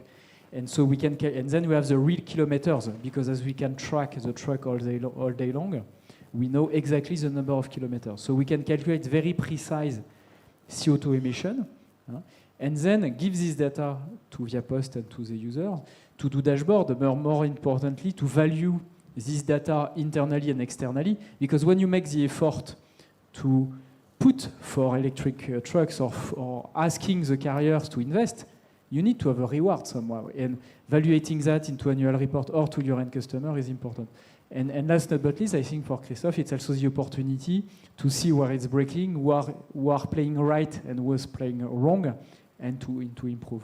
But the start is really getting granular data for every single truck, every single shipment. I don't know if you want to complement Christophe. Since this year, we do more than 10% of kilometers with low carbon. Biogas, a little bit electric also, but it's not so much because it's in urban centers, principally. And we to complete, we check with the immatriculation numbers. We check all the time, every month, with the registration of administration, what type of energy the registration number is. So we can check and redo it to calculate our CO2 expense. Hi. One more question. I think we have still 4 minutes, okay? You said that one of the goals was the efficiency. Can you tell us in figures? Thank you. Figures, not yet. Not yet. The main figures will be with industrial platforms, because they will organize really better their production. It arrives around 1 o'clock in the morning. So what I do, I sort for the delivery at 5 o'clock or not, and they will gain, I think, a lot, but it's not calculated at the time. It's too early for that. And for the team, a little bit productivity on the team, because all the information is pushed and qualified, but it's not the main of the project. The main of the project is to get the information, more quality, and more productivity on the delivery, on the arrival platform. Maybe Christophe, for the people who are not familiar with postal service, you can explain that it's a very, very time-critical flows, because the flows are going from every platform, and each time they are late, this creates a massive problem, a massive mess within the platform, because they can't unload and they can't dispatch on time.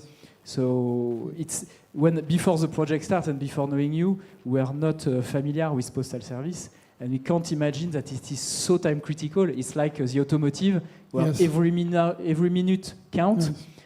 To have a fully efficient process within the platform. Is it correct? I confirm, especially with parcels, because the big customers like Amazon or Chinese customers push a big pressure to deliver into our sorting platform around 11 o'clock p.m. Even 1 o'clock in the morning, they want now, for a delivery at 6, 7 o'clock in the morning. So yes, there's no time to lose time. Every minute count. Guys, one question. Simple. Can we go on the project management, perhaps? How did you organize the project, and what was the main challenges which you encountered and you didn't expect? Great question. Yeah. The project management. I think that it's an project management. How we did organize the project. How did we so organize I can start, and I will tell you because we discussed that before coming here. So that's a very good question. So I will start by my point of view. So each team has a project management team with a project manager and let's say project members to handle, for instance, carrier onboarding, user onboarding, and it's the same on your side where you have a project manager and some people behind. But what's interesting is that beyond project management, there is two components of change management. One, change management with the carriers, because again, there is 500 carriers. So and you know that carriers could be long to evolve sometimes. So it's a big part of the work together. And the second one, and we still need to accelerate on that, is the change management, because it's not because you give a tool to someone, say, please use that he do it. And sometimes there are missed details, and sometimes you need to change some little details. And it's here, again, something we are working on, to do all this change management, to really be sure that it's used day to day. But we still have some more work to do on that. So that's really a great question, because again, there is not only technology, there is all the change management. We didn't have the opportunity to discuss that, so thanks, because I wanted to discuss that. Yeah. And it's not a ready tool. So we have to build it. We spoke about that 2 hours ago. We still have job on that. To build exactly how to change the flow controller job. It's not so simple. And we must work with them more and more to do better and answer to their question. They have the solution, but we must work with them to go forward. I can take maybe an example for everyone here. It's a very simple one. What is the setup for the delay you are setting? Do you put 0-minute delay? Do you put 30-minute delay? Do you put 45-minute delay? Do you put 1 hour? It looks like a simple question. It's just a parameter in the system, so it's not technical. But at the end, it will be the number of trucks or situations you will handle. Do you want to take care of 100 of problems? Of just 2 problems who are the most critical? Of 20 problems? So you see, there is all these questions who are very operational, because at the end, if you send 500 alerts to the team, they will say, sorry, I can't manage that. If you send only one, we'll say, okay, that's great, but why a tool for 1 alert? So you see, it's these kind of questions who are really change management. It's not technical, it's pure change management. So thanks for the question. Okay, last questions, I guess. The battery is, oh no, it's better to turn, you see. Question concerned, you mentioned about the quality of the trucks used, so it means depend of the Euro norm the truck has. That means that they have also some kind of pollutions which this combustion trucks use it. I have to change a place, that would be better.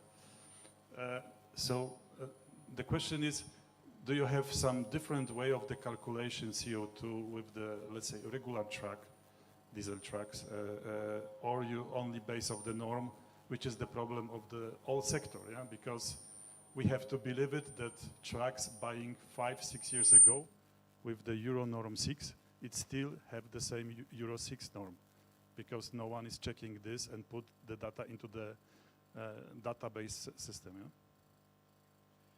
Or you're doing differently, you have all of the check-in and you put the new data into the system for each trucks, for example.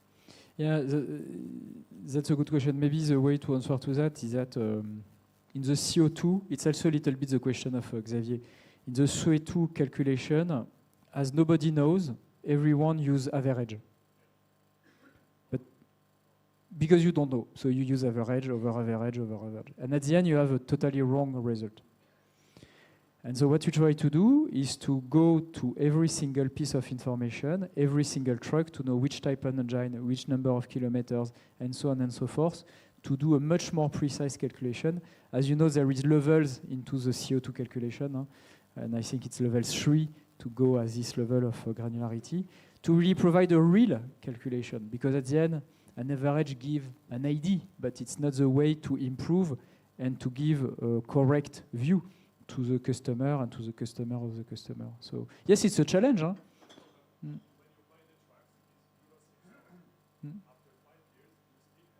Yes, but I think that's the current norms, but yes, it will remain a Euro 6 for the remaining years. Yes, and in parallel, maybe if I may, Christophe, but you know there is also a certified calculation. So we want to stick to GLEC certified calculation, and so we need to stick with the norms. But again, to play with the granularity of the information, because if we provide a result that is not compliant and being able to be pushed into the global corporate reporting, that doesn't work. So the idea is not to create our own norms or our own view about CO2 calculation, but more to leverage the GLEC framework and the certified framework. But maybe you want to complement. I don't know if you... No, we use, in France, you have ADEME, so it's a certification. We use ADEME certification. To be sure to be accepted at the end of the year. Unfortunately, this needs to be certified. Yeah. I think last question is for me. As I understand, you use standard trucks in your fleet and you have big numbers for the trips, trucks, quantity, etc. Do you have any offsetting application or certification issue against this CO2 consumption during this operation? As said by Christophe, we use certified calculation. So Via Poste use ADEME. ADEME, it's a French authority agency who provide a calculation, and Via Poste uses that. My question is not related with how you calculate it. My question is related with offsetting. I mean, I don't know if you offset. Do you compensate CO2 at Via Poste? I don't think so. Not for this type of solutions. But we use ShipEO solution, so it's. And you're talking about the truck, huh? At the truck. I don't think there are some accredited departments. They are issuing certifications. So against to your CO2 consumption, you buy some part or a share of renewable energy, which is accredited by this carbon trade system organization. Let's say. I don't think you do compensation of CO2. Huh? We have the international certification on these figures. I think that Via Poste and La Poste is more in the plan to reduce CO2 rather than to compensate and to pay for it. We will be at 50% low carbon on the trucks for in 7 years. No, not 7 years, in 6 years. Does that cover your question, more or less? Okay, any other question? If no, I will say thank you very much for this presentation. Thanks for all the questions till now. And I have a question for you. Do you think that we deserve a coffee? Thanks God you say yes. See you in 20 minutes.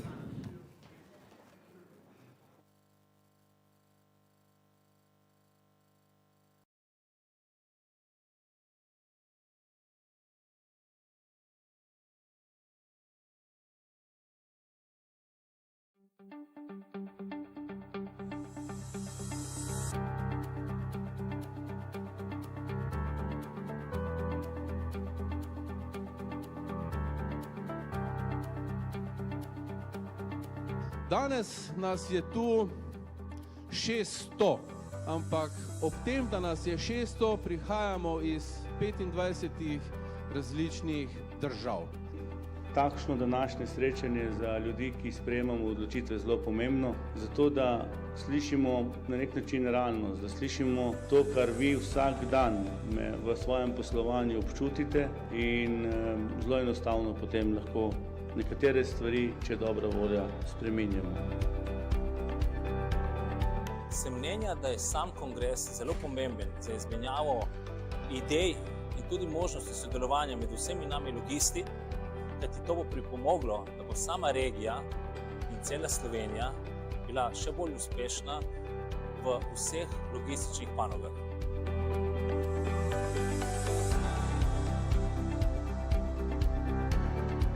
Logistični kongres je postal že danes najpomembnejši kongres z področja oskrbovalnih verig v regiji, predstavlja odlično priložnost za izmenjavo znanj, dobrih praks, mreženja in odprtih poslovnih priložnosti. Kongres je zelo pomemben za povezovanje, izmenjavo dobrih praks, iskanje novih rešitev in sodelovanja. If you're an actor in logistics, this is the place where you should be. I really encourage you to come because you can learn a lot and you can create a very good network, which is also important in logistics. What I saw is an absolute energy, thought-provoking conversation, and tremendous optimism about how Slovenia, as a part of the bigger EU region, can play a role to actually take a lead in many of the supply chain issues and opportunities in the future.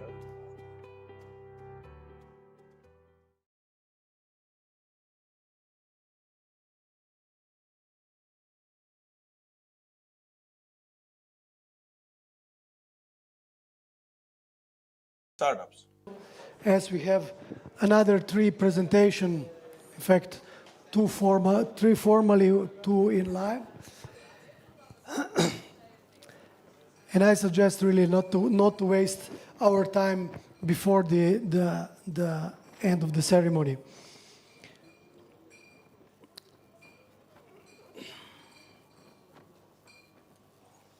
Okay. I would like to invite on stage and welcome Rail Cargo Group and Transporeum from Austria to join me here and to present the project. The project title Shift to Rail focus on enabling the booking of rail cargo groups, rail and multimodal transport with real-time visibility through the Transporeum platform, facilitating a seamless transition from road to rail across the entire supply chain. By combining the sustainability of rail freight with the flexibility of tracking for first and last mile delivery, multimodal transport represents Europe's best opportunity to achieving sustainable land transport. Please.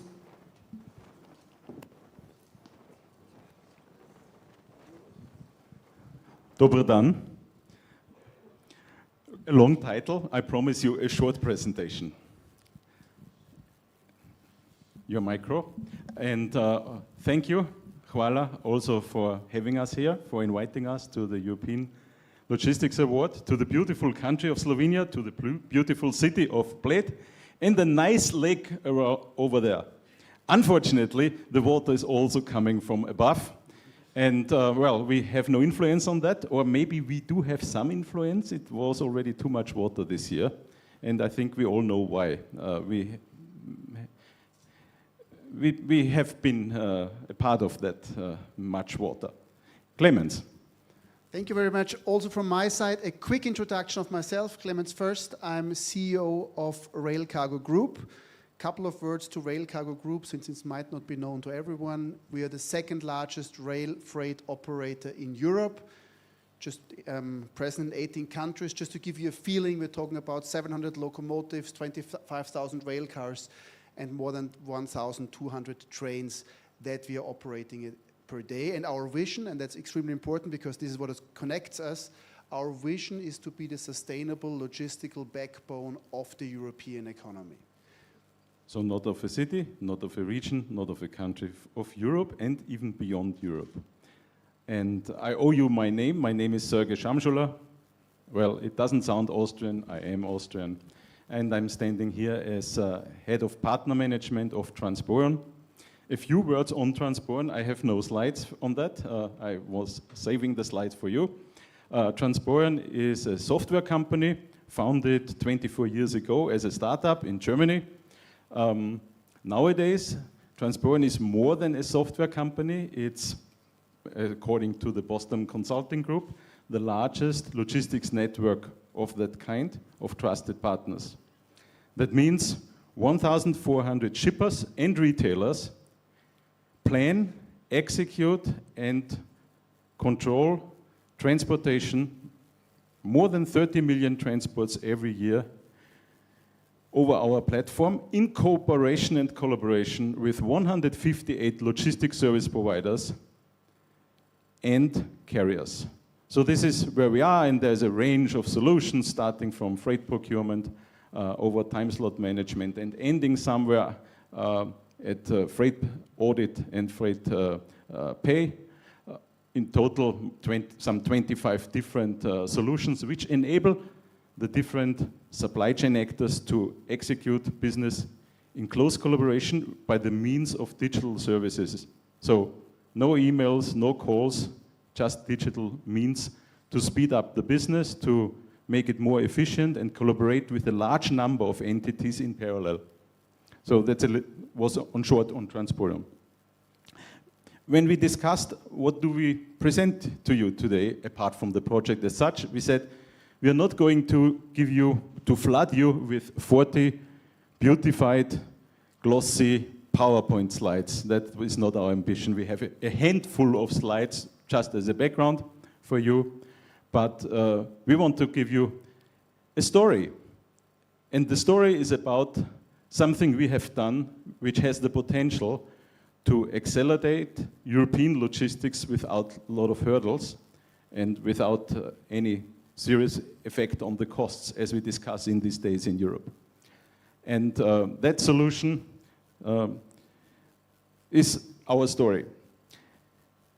We have a few chapters for you. In the first chapter, I'm going to explain to you the challenge. Then Clemens is going to explain to those who don't know perfectly what multimodal transport is and where that is coming from. I give you the why, Clemens gives you the how, then we hear the voice of a customer in a 2 minutes video only, then we wrap it up, and then we are finished and done within the range of time. At least I hope so. So my first chapter, as promised, is what is the challenge? What would you guess is the share of greenhouse gas emissions from transport on that globe? Any idea? How many % of the total man-made greenhouse gas emissions? We saw the slide. You saw the slide, so maybe you park it. Sorry for that. You saw the slide, but not everyone has seen the slide. Or did everyone see the slide? Everyone saw the slide. Oh my goodness, I shouldn't have asked. Well, some of you might recognize, that, those who are interested in the topic, that a few years back, for example, when Alan McKinnon, professor at the Kuehne Logistics University, has been writing his book, Decarbonizing Freight. That was the year 2018, and that's a milestone on that topic. The percentage was below 10. Below 10, now we are on 12. What's wrong here? I can explain. What is the reason why transport emissions are still continuing to rise? First reason is the sheer number of transports. The number of transports are still increasing and forecasted to significantly increase further. Second point, in all fairness, the logistics industry was not able to identify or implement any significant measures to reduce the carbon footprint of transportation. And the third reason is very simple. Other industries have been much more successful, have been freezing their emissions, or even reduced their emissions. So emissions from freight are forecasted to, you have this wonderful tool, thank you for that, to rise continuously. But we talk about sustainability here, and admittedly, greenhouse gas emissions nowadays are really super important for the future of the children of our children, because there is no future and no business if we don't get that under control. However, we talk about sustainable transportation and logistics here. among others. And sustainability in transportation is a bit more than just greenhouse gas emissions. We have a couple of other very unhealthy emissions on top of those. And we have congestions on the road. The use or abuse of infrastructure is also a topic. And on the horizon, it's getting hot under the collar because driver shortage is a topic. The industry does not feel it everywhere to that extent, but that's coming back very soon. As soon as the economy starts picking up a little bit. Well, in that situation, a lot of institutions have agreed that modal shift, shifting transport from road to rail or multimodal transport mode, is one of the measures to decarbonize logistics operations. Very simple, what is the reason for that? The physical efficiency of iron or steel gliding on steel is 6 times better than rubber on asphalt. And that is the reason why this is so sustainable, and we have the tracks in place. We don't have to have all the trucks on the road. We still need trucks, don't get me wrong, but not to that extent. And as a result of that, the European Commission, as part of the Green Deal, has declared a goal a few years back to double volumes from rail freight and from multimodal freight until 2050. Okay? So, multimodality, this is something I said already 3 times or 4 times. Please, for those of you who are not so familiar with the term, Clemens, can you explain in detail what that means? Right. I'll start out by what it not is. It's not unimodal. Unimodal is the way we were thinking about transports for a very long time, right? I mean, we from the railway world, we are thinking about this center part. We are running from a railway siding at an industrial client to another railway siding. And this was typically a block train with a couple of thousand of tons, right? The majority of transports, as Serge has put, was thinking about unimodality in terms of a trucking transport, A to B.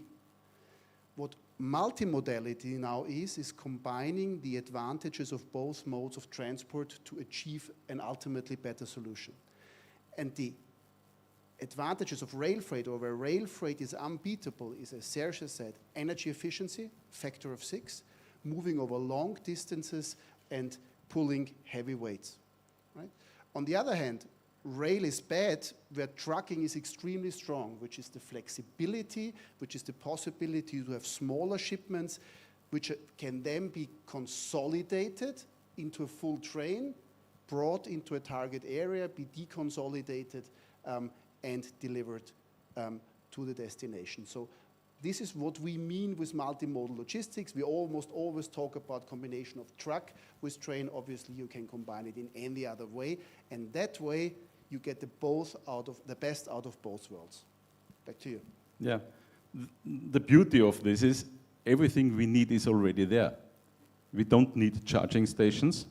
We don't need to invent something, put something in place, invest billions in infrastructure. Well, some infrastructure in Europe needs a little bit of repair, in all fairness, but that's a different topic.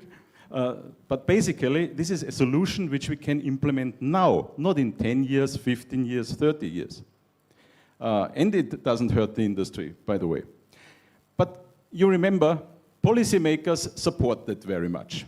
Now, let's have a look what the industry says about multimodal transport.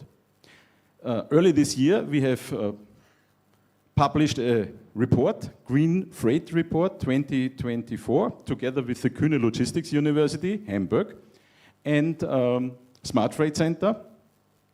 And among others, that report has revealed that the number one measure the industry wants to put in place to decarbonize their logistics operations is modal shift. Sounds great, right? In parallel, Transporn asked its customers, 1,400 shippers and retailers, if they were interested to shift transport from road to rail and multimodal. Actually, we asked only about multimodality. And 95% of our shippers said, yes, very likely or likely we're gonna do that. Now you can ask me, why the hell are we both idiots standing here? if it is so. Policymakers support it, the industry likes it, because it is a fairy tale. It is a fairy tale. There is no modal shift. Or maybe a reverse modal shift. So the pure figures, you can go to Eurostat and look at that up on your own. Over the last years, even 2 decades, volumes from conventional rail have decreased. If you look at multimodal transport volumes have increased. But road transport has increased stronger than multimodal transport. So both transport modes combined have a lower market share today than they had 10 years back in time. So we have modal shift, but in the wrong direction. Gosh, how come? Everybody wants it, it doesn't happen? That's a question we asked ourselves, because our shippers also said we want to profit from that. To figure out where these problems come from, we have been working together with ELIS, the Alliance for Logistics Innovation through Collaboration in Europe. And as a result of that work, including a survey, workshops, and so on, ELIS has issued a white paper in January of this year. And that white paper declares a couple of things, among others. Yes, of course, there are more than 1 or 2 or 3 reasons why the industry doesn't pick it up. But there are 2 main reasons. And this is super important. There are 2 main reasons. Number 1 reason is rail and multimodal transport are island solutions. Or as the industry would say, there is a lack of integration into other supply chain solutions. There are tools. There are tools for infrastructure manager, railway undertakings, but the customer of the system doesn't have access to that. It's not integrated in their transport management system. Everything is standalone. And that makes it very difficult because shippers need to go out of the typical way of planning system and do everything separate. They don't want it. What is the second reason? The second reason, you remember this picture? It is a bit complex.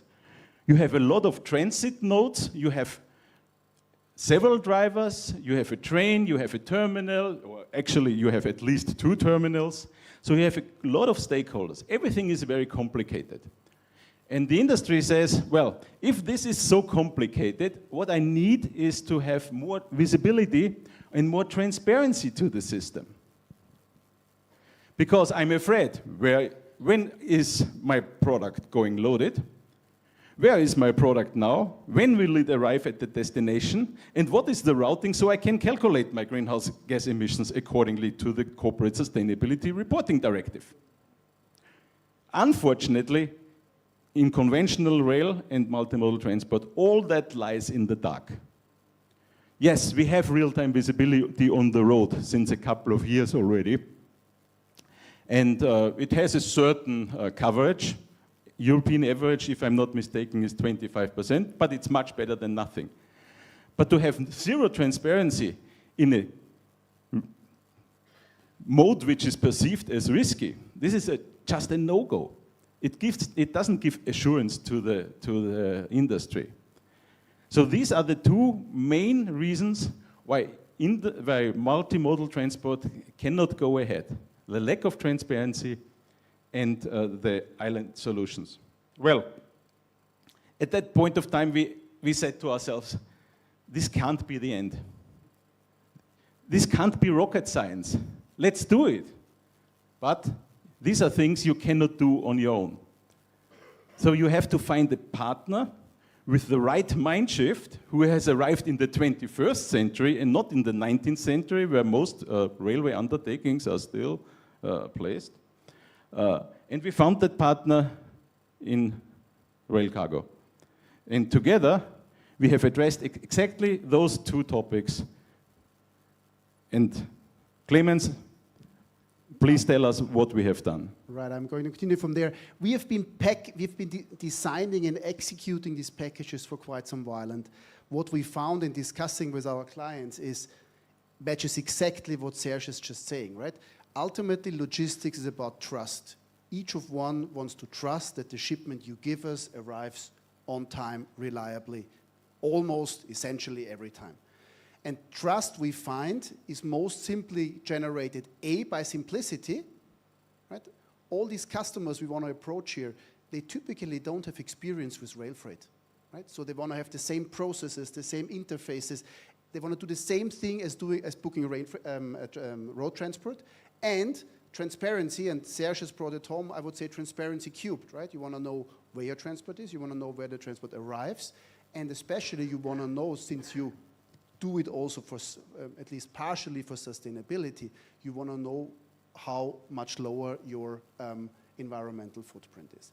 And we have now jointly created, and by the way, I want to stress this is not a project, it's a solution which is out there. We have now integrated our offering, our rail freight offering in terms of multimodal solutions with the market-leading transport management platform of Transporion. So what you see here is now a multimodal transport from Hungary to Turkey. The window would look exactly the same if it were a road transport. So essentially for you as a Transporion user, and again, Transporion is an open platform, Transporion is market leading. For you, it's just now the proverbial blue pill versus red pill decision, and the switch from road to rail transport is really just one click away, using the same processes, the same interface, the same way of working as you have done before. Obviously, we are excessively excited about having this and removing weaknesses and showstoppers from for the industry. But actually, what does all that count if the customer doesn't take it up? And how is the perception of the customer of the value of the solution? I think we brought one customer with us in a 2-minute video. Let's try to hear what they say.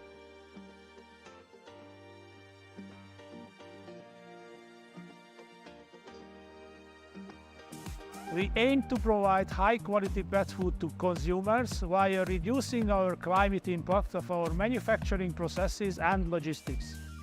Apart from a small percentage of logistic greenhouse gas emission, this is nearly all contributed by road transport, and as part of our journey towards to net zero, we are embedding sustainable practices throughout our operations, from purchasing of exclusively renewable energy to improving efficiency of our transport and distribution. The collaboration between Nestlé and Transporion has significantly transformed our logistics operations over the years. These advancements have allowed us to fill vehicles and plan journeys more efficiently, reducing empty miles and driving operational efficiencies across our network. Transporion and RCG share a common vision. We strongly believe that multimodal transport, combining the sustainability of rail with the flexibility of road for the first and last mile, is the best chance to achieve sustainable land transportation in Europe. It's great to have Transporion as a strong partner on this journey. Together, we bring everything to the table to make multimodal transport attractive.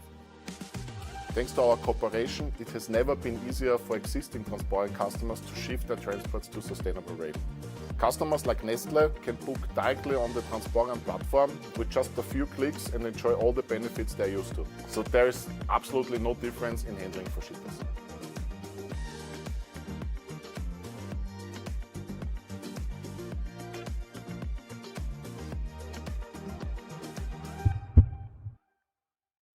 Of that kind in Europe, and the jury can challenge me on that question if you wish. Otherwise, I would go over time. My time is already up. But last and decisive questions: why do we think that the jury may consider our project?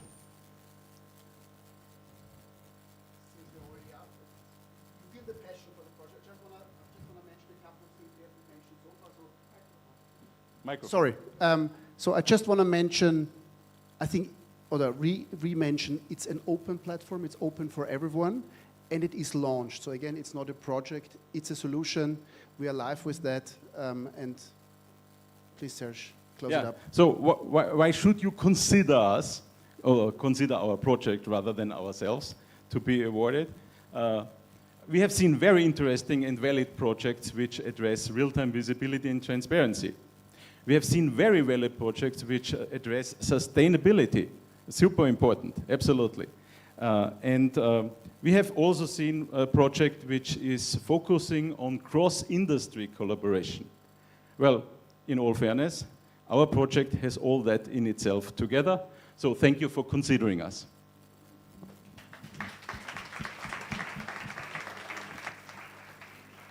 Very much. Of course, more challenges with questions, please. So maybe I need the microphone. Definitely. I will not answer. Thank you very much. You both mentioned simplicity and transparency. No one can agree more than me, of course. I witnessed a successful shift from road to multimodal in the United States about 3 decades ago. And it wasn't simplicity, it was not transparency, it was the money that paved the successful way to the shift. It was the cost that was finally better, more lower for the final customer. My question is, as the first question, what is the break-even distance for the customer? Because the conditions in Europe are completely different from those in the United States. What is the break-even distance to pay for the extra costs of reloading? That's a very good question indeed, and there is no general answer. The first answer is the rule of thumb in European Union is 300 kilometers. This is a rule of thumb only. If you look at Switzerland, which has a terrific rail and intermodal system in place in the country, you can imagine Switzerland as a very small country has very shorter distances and is still profitable. So a rule of thumb, 300 kilometers, but if you do it right, you can even be successful on shorter distances. Okay, very rich country, Switzerland. Do they want to overpay? Not really. They are just well organized in that. Yeah, and my second question would be, and then that's my final question here, wouldn't it be easier to convince the consumers, the users, and the parties that order logistics to go for a change in their mindset rather than changing the means of transporting the goods from point A to B, from one part of the planet to another? I mean, the potential in changing the mindset of the people who are buying goods, to me, would be much larger than emissions between Euro 5, Euro 6, and whatever. Yes, but you experience that there is a gap between wishing and doing. And in all fairness, I have to say that we, as representative of different areas of the industry, we also have to do our job right. It's not done by the customer to do compromises on cost, to do compromises on on-time delivery and similar stuff. It's on us to deliver a competitive environment and facilitate the use of alternative solutions at a similar price level. I'm not talking about exactly the last euro. I see solutions where rail and multimodal transport is even cheaper. It needs to perform. Yeah, one small question that is related with what our colleague said. You presented a shipment from Győr to Istanbul, if I remember correctly. Bük, to be precise. Okay. To be very precise, Okay. Bük to Istanbul area. I don't know exactly the Istanbul unloading point. area. Yes. How long it took? Good question. Transport time for this flow? Bük to Istanbul, 5 days. This is also what I recover. Yes. You know how long it will take by truck? A fully compliant driver or Fully compliant. So. Yeah, it's about 3 days. It's about 3 days. Yes, exactly. Okay. The idea is actually what Mirek said. It's about the mentality which has been changed, at least in Europe compared with the United States. Retailers changed this approach, this culture. Retailers induced in the whole Europe the idea that if I want a product, if it's possible to get it yesterday. Yeah, I know this is And known that's as why the Amazon that increase of the normal transportation, especially road transportation, which is flexible on the infrastructure and also much quicker. Of course, it's more polluting, agree, but that was the philosophy that changed. I'm coming also from rail background, and I've seen this phenomenon for the last 30, 40 years already. But sort of, we are not arguing against that. A multimodal transport is almost by definition slower than a non-agile, first of all. Yeah? It's point-to-point road transport. We are both also not arguing for 100% multimodality, right? Currently, we have around 20% modal share of rail in Europe, right? US, you've been talking about it with all these differences, right? Depending on statistics, 40+%, right? Austria shows 30 is possible. Switzerland, infrastructure, transport policy decision shows 35+ is possible. Mm-hmm. So what we are offering here is in a European economy, right, where shipment sizes get smaller and smaller because the share of heavy industry in the transport mix is going down. We are offering a solution where we are extremely confident, even in FMCG environments, and it's like not just pet food, it's beverages and so on, where even in FMCG environments, we have a solution that convinces us and convinces lots of customers already to push the needle from 20, where it has been for many years, slowly declining, to 30, 40+, right? Nobody aims at delivering the next day Amazon package with multimodality. And let me quote a very thoughtful leader in the industry, Pietro Tapa. He is he was until July vice president of supply chain end-to-end for Procter & Gamble. Again, a fast-moving consumer good company. He said, if we look on shipment level, not just once for 4 years, but on shipment level, we noticed in Procter & Gamble that we can move 40% of our road transport to multimodal transport. And now you understand why we are so keen to make it happen with a mouse click only. Because you can move a lot if you facilitate that and don't make it complicated so that people get stuck and saying, okay, to move from road to rail, come on. Hello. You present your system as a simplified booking, easiness, which has always been complicated normally when you use the rail. But for the other attribute of service, do you have target to say, in terms of delay, in terms of cost, we will never be much more than so much percent to try to be attractive, because the idea is nice, but how to realize? And do you have target of flow only for full load, big quantity, or you want to address also some co-loading solutions, some groupage service? Do you prefer to promote some acts because it's too much open? So I think your first question directly relates to the question before. A part of these 2 days of difference between Hungary and Turkey is buffer times, right? Because you have at least 2 interfaces, which is sort of first line, last mile, and obviously every interface is a source of error, right? So it's not really that the train is going that much slower than the truck, and the truck stands for hours, maybe 12+ hours at the border, at least going northbound. It's not really the transport speed, it's sort of also buffers that we build in at the interfaces to achieve equality. And we also do it on relations where we have high frequency shuttles. We are market leader between Central Europe and Turkey, where we run like 20 trains a week, right? So even if there is an issue, we can always sort of, we still have a buffer and a second option. So that's the first thing regarding groupage or smaller shipments.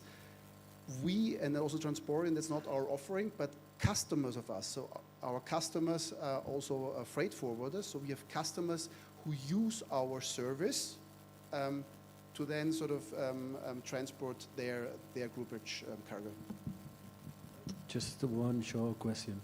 I'm from Spain. If I want to deliver something in Turkey, for example, I could use your platform, could be used for doing transport through different countries in Europe. It's easy to be done. Because I think also the governments have a role to play in that, to make sure that the transport could be possible. Yes, to some extent, I would even say, unfortunately, the different nations have something to say. This is why everyone is complaining about the European Union. But at the end of the day, rail business is run by the national governments and the national authorities. And the European Commission can try to consolidate that and coordinate that. And, well, I could talk too much about that. But you are right. Of course, the countries and the infrastructure plays a role. We can only make, our job is to facilitate and make it possible and easy and smooth, right? So in that sense, we have achieved that. And as Clemens has said, we are open to collaborate with anybody. So the same is rail cargo. The solution is there. We have proven it is working. Everybody said, oh, that's not going to work. I was an evaluation expert on behalf of the European Commission. 2 years ago, they have set the price for someone who had such a solution, and no one could take the price because it was not there. Plug and play for all actors of the supply chain. Now we have it, and we are open to multiply it. It is not needed that it's limited to what rail cargo and or Transporn is doing. This is an open solution for everybody. And in terms of infrastructure, it doesn't get worse than on the Balkan. Any other question?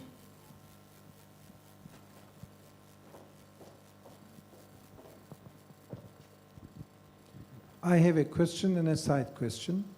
The question is that the video that you showed us is named as intermodal transportation. But during your presentation, you have used intermodal only 1 time, while you use multimodal 10 times. Why you choose it? And the real question is, when you show the slide showing us the multimodal transportation with additional cost items, inland tracking, final tracking, terminal handling, etc. So what is the cost of your service to the total cost of the transportation? Okay, try to answer one question after the other.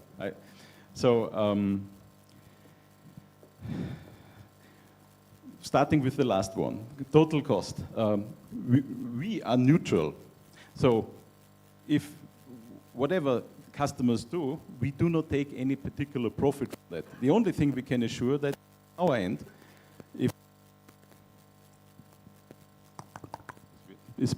if customers use multimodal transport, if customers enjoy real-time visibility and transparency on multimodal, charges are the same. So no extra charge, nothing on top from our end. And from end of rail cargo, if I'm not mistaken, you offer an all-inclusive rate, and the customer doesn't have to worry about this and that and this and that and this and that element. This is the one thing. The other question on the terming, multimodality, we have intermodality, we have combined traffic. This is almost a synonym. So to be precise, multimodal, that can include also water transport. On some lanes, we have water transport included, like on ferries to the UK, to Scandinavia, for example. Intermodality and combined transport, road to railroad, this is pretty much a synonym. So apologies if we have confused anybody. It's the same thing in principle. We can discuss on academic level in great detail where we have nitty-gritty differences, but combined and multimodal transport, intermodal transport, please accept that as a synonym. Okay? The only tiny difference, and that's the reason why we try to consistently use it, intermodality is typically defined, you have an intermodal loading unit, which is a container or a swap body as in this example, right? This is intermodal. Like we also have customers where we do transports including first last mile, where we transship pallets to a conventional wagon, right? So intermodality is a subgroup of multimodality, and we don't always use intermodal loading units. And like otherwise, he's completely right. We sell the full package, so we sell really from A to B, including first last mile. And if you're a Transporeon customer, it's just it doesn't affect your cost structure. Okay. Thank you. Hvala. Thank you very much. Thank you very much. By our agenda, the next finalist is Synchro from Spain with the project Cross-Company Collaboration Impulse in Supply Chain Management Towards Sustainability. Sorry? Yeah. May I just present the project?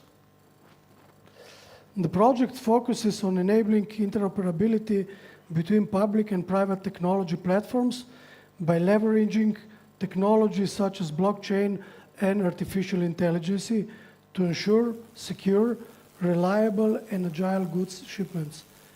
It fosters collaboration through a virtual ecosystem where participants can share information while maintaining data governance, eliminating manual processes, and promoting paperless communication. Unfortunately, we will not be able to hear their presentation due to previous mentioned absence. Nevertheless, they deserve a big applause.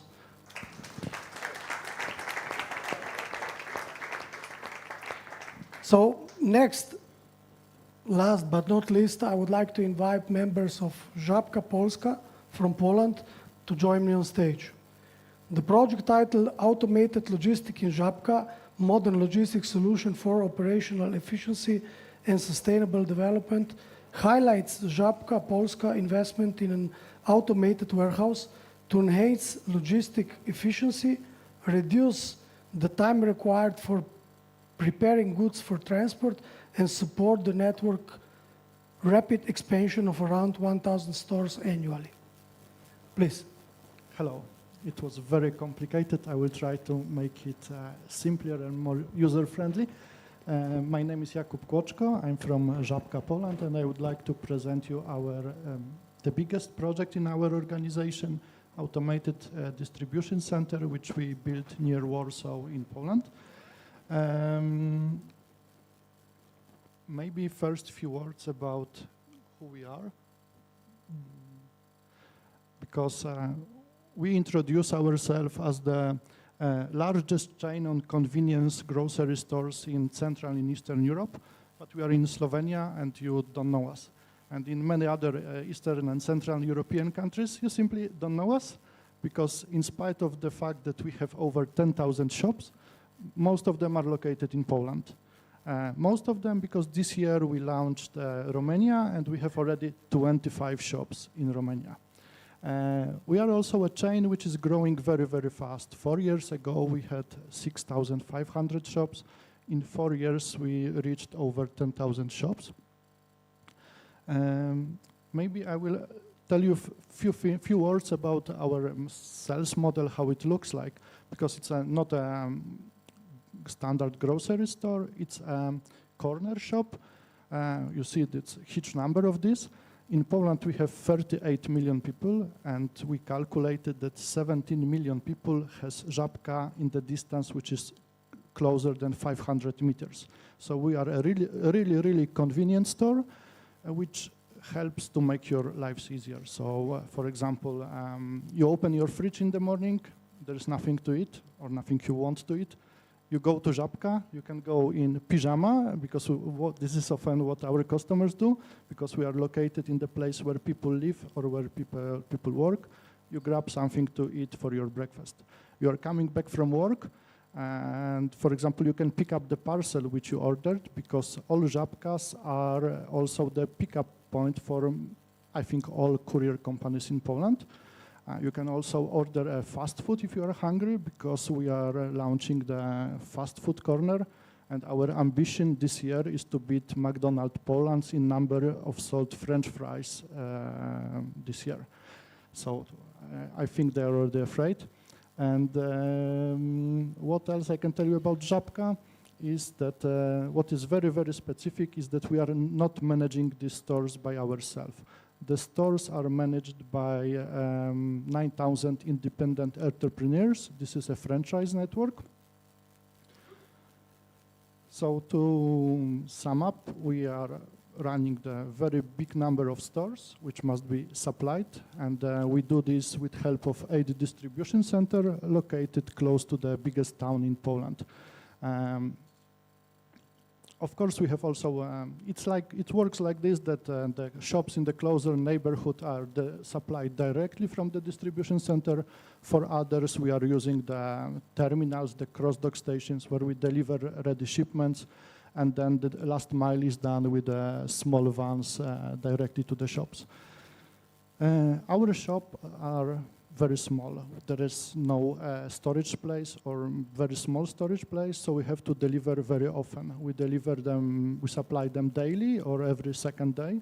So when you multiply these frequent deliveries by number of stores, which is over 10,000, and by number of weeks in the year, we end up with over 2.7 million of deliveries, many kilometers done by our distribution vehicles and so on. I think these data are not so important. This growth we are reaching, the development of our network requires more and more storage place, has a lot of obligation and requirements from logistics. So in logistics, we have to be faster than sales because building the warehouse takes way longer than opening a new shops.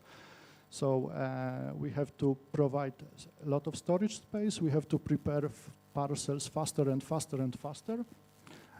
We want to meet latest ecological standard and be environmental responsible. And of course, we want to reduce operational cost. Actually, our board wants us to do this. So with these challenges, we decided that we cannot open another standard distribution center. We decided we have to do something big, something automated. And we said, okay, we want to make a distribution center which will be twice bigger than our standard distribution centers. We want to double the efficiency of our workers. We want to do it with meeting all ecological and social standards. We want to be as green as possible in this project. And of course, we want to reduce the operational costs. How we did it? It took us several years. We started in 2017 with verification of sales data and master data. What was tricky in this project that at that time, please remember that we are moving back in time 2017, we knew that preparation and realization of this project will take us 4 to 5 years. And when we developed this center, we wanted to operate for another 10, maybe 15 years. So in 2017, we had to predict how our sales pattern will look like in 2030, and where will be the gravity point of our sales chain, because there is the place where we want to locate the warehouse. And we did it. In 2019, there was a year of developing the master plan of the warehouse, of the general shape, how many loading docks we will have. I noticed in this project that loading docks are very important for the board. Nobody knows nothing about logistics, but the only question I got is how many loading docks we will have in this warehouse. And of course, we designed the material flows and technologies which we will have inside of this warehouse. 2020 was the year of signing of negotiation, choosing suppliers. So we chose a developer, a civil constructor, a supplier of automatic solution, WMS supplier, because during this project we found out that our current WMS will not be able to handle such a big operation. We have to also improve it.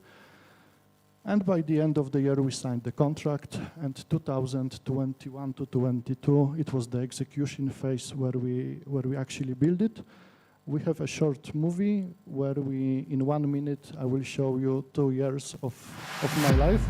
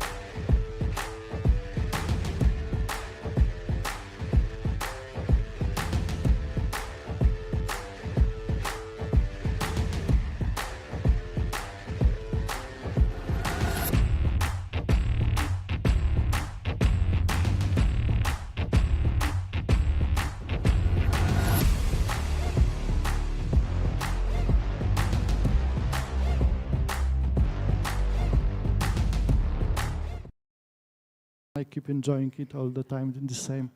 I don't know, maybe it's this music.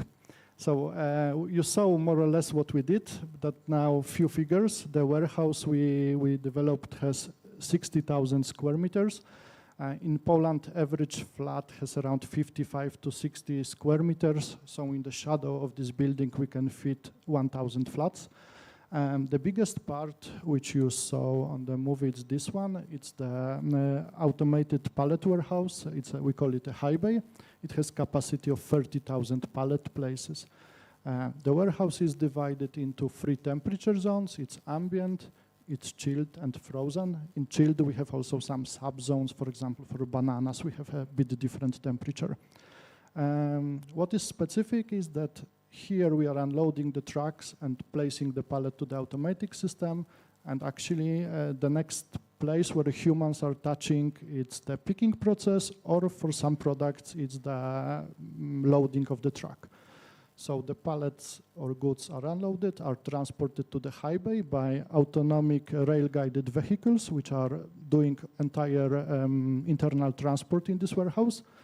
Storage is done automatically in the high bay warehouse. Inside of the high bay, we keep it dark, we keep it cold. Nobody enters there except maintenance team and sightseeing, because it's a key point of the sightseeing tours. We have multi-shuttle system, which is supplying goods to person picking station. I will tell you later about it, and automatic palletization stations. So more or less, these are the technologies we are using, and here are some details. So the multi-shuttle system, it's a set of smaller, tiny robots. We have around 300 of them, which are taking the storage totes and delivering it to the picking station. Then the picker takes the product from the storage tote and places it up to 8 shipping totes, which will go directly to the shop. Entire process is supported with the displayers, put-to-light system. We have also the screen, which shows the picture of the product which is taken and displays some information, what is the pick unit, how to handle the product, and so on. This device, it's beer crate system and palletization system. Like I told you, our shops are small and we are not delivering homogeneous pallets there. It's not like Lidl where they deliver entire pallet of sugar. We are delivering really case picking and sometimes piece picked product. And the beer crates, it's beer impact in beer crates. It's one of our top sellers, but it's also difficult to handle by people because it's quite heavy and uncomfortable. So we decided to develop a tailor-made solution for Żabka. Pallets are automatically taken from the high bay, automatically delivered to this device, are automatically depalletized, and single cases are stored in the channels. We have here channels for up to 25 varieties of beers, and when the picking of shipment or a pallet is finished, totes are going here and they're meeting the beer crates which were ordered by the shop. So everything is released and palletized all together, and if it's all what shop ordered, the pallet is ready to be loaded on the truck. During this project, we really focus on the environment and the human. So when we developed the picking area, the places where the humans are working, we focus to provide as many daylight as possible. So almost in every possible places, we installed the skylights. The goods to person picking station are fully adjustable. Picker can adjust the height, the working position according to his or her height. The stations are also equipped with an air conditioning system and the special displayers, which I told you previously, which are supporting the picking process. And the environmental solutions, we have a roof covered with photovoltaic panels. We have water-saving systems and features. The third one is very interesting. This is something which I got familiarized in this project. This is anti-smog surface on the car parks. It's a special surface which is absorbing smog created by the car tires, brake pads, or exhausts from the engine. And we also cared about the green fields surrounding the distribution center. We didn't plant standard grass there. We wanted to make it it's a difficult word, biodiversity, and we planted flower meadows and the native species of trees to make it more interesting for not only for humans but also for insects, bees, and all other animals. And now we are installing the charging stations for electrical cars. All our effort was appreciated by the BREEAM certificate, BREEAM organization, and we received the BREEAM certificate on excellent level. And now we will have another short movie which will show you the warehouse inside, how it operates. But before that, the outcomes of the project, because I think you are interested how it really works. So first of all, we significantly reduced the logistical cost. We also reduced the warehouse staff by 50%, the pickers and the forklift operators, of course, in comparison to our other manual distribution centers. In fact, the building is way smaller thanks to automation, thanks to the density of the storage we have, the height which we are using. Building is smaller than a comparable manual warehouse which would operate on similar volumes. And we managed to increase the efficiency of the picking process. This goods-to-person picking station, when the operator doesn't have to walk from pick location to pick location, but everything is delivered just in front of him, are 4 times more efficient than picking process in our manual warehouses. The environmental and social benefits, we reduced the carbon dioxide. It was calculated by our environment division. We managed to reduce it by 20% in comparison to our manual warehouses. We created new jobs and new job opportunities for our people. We reduced the number of low-qualified workers, but we are investing and letting our people to develop in logistic automation, in new technologies aspect. We are hiring the maintenance team. We are developing also the IT department to support the entire installation. The next one was quite unexpected, but it appears that when we provided a really nice, really people-friendly solution, workers-friendly solution, where the heaviest and the toughest jobs are fully automatized, we have unexpectedly 25% more female staff than in other warehouses, which is, I think, a big benefit for organization and for that warehouse. And the same aspects also allowed us to reduce the rotation of the team because people simply like working there. And now the film.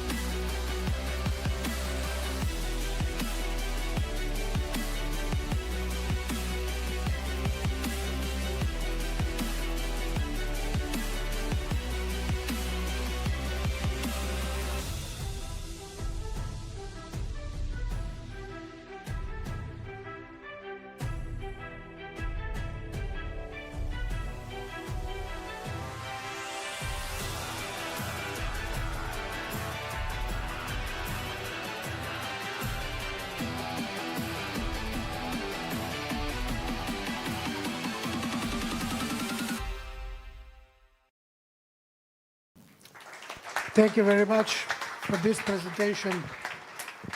Are there any questions? But please be very quick and very short with the questions because we are really out of time. As project, short question. You use the gravity model where you place it this in Poland, is this the only center for whole Poland? And how many cross-docking centers you use to fulfill all 6,500 daily deliveries? Actually, we have 8 distribution centers, and this is one of these 8 distribution centers. They are located close to the biggest Polish towns, and we have 19 cross-docks. If I may, from this side again. Nice soundtrack, by the way. Thank you, I also like it. My question goes to transferability of the project.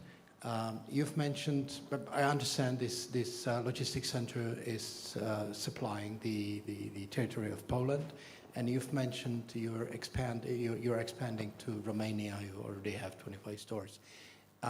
At which point will also the Romanian market pay for or be eligible for a similar system thereof in Romania? And now you think twice, because transferability is one of the references that we make once we are evaluating the projects. Will then be there a chance to copy-paste the system from Poland to Romania, even though with certain deviations? So maybe step by step. We developed this model. We see a chance of copying paste this model in Poland at least 2 times, because we see that in Poland actually we have 3 big agglomerations. One is Warsaw agglomeration, where we did this distribution center. Second big is on the south of Poland, and third is on the north. We only have 1 distribution center like this. The other are manual ones. And we see the opportunity to copy it, maybe not to the Romania, because we will need a few more years to do it in Romania, but in the nearest time, copy it in Poland, or copy and improve, because when you are not improving, you are moving backwards. And you asked what is the size of the number of stores which will allow us to implement in Romania. This is our biggest distribution center. Another distribution center, the manual ones, are operating on numbers of 1,500 up to maybe 2,500 stores. And we are part of these installations. We are already installing in a manual distribution center, so we are like upgrading them. So it's not like one-to-one solutions, but we find a way how to use our knowledge and improve, make it maybe not fully automatized, but we call it semi-automatized warehouses. So it's around this level of 1,300 stores when it makes sense to start thinking about automation, of course, in Żabka reality. You do this project not alone. Who are your partners? You don't mention which are your partners to make it successful. Do you are satisfied with your partner, or what about? Well, we did it with, together with Mibach Consulting, and they helped us a lot. So if you are trying to do such a big project, it's worth to ask a partner who has good experience in this. And the intra-logistics was delivered by Dematic.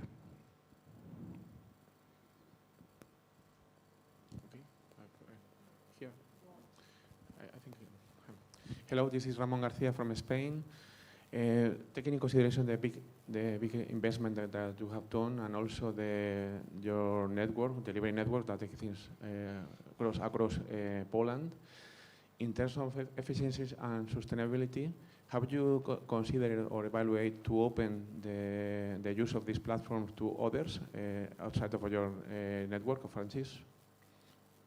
We do not cooperate with others, so it's only for our internal needs. I'm not sure if I understood your question. Yes, the question is that, because my question goes in this sense, because I think it's important to start thinking in collaborate or cooperate or in this point, because you have a very good infrastructure.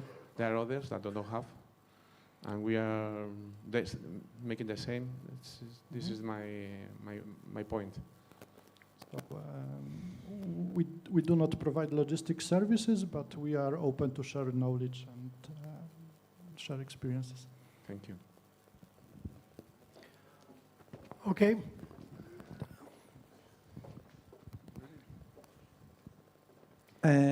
Thank you for the presentation. I have some sentences related with each other, maybe not related with each other, but at the end I will have a question to you.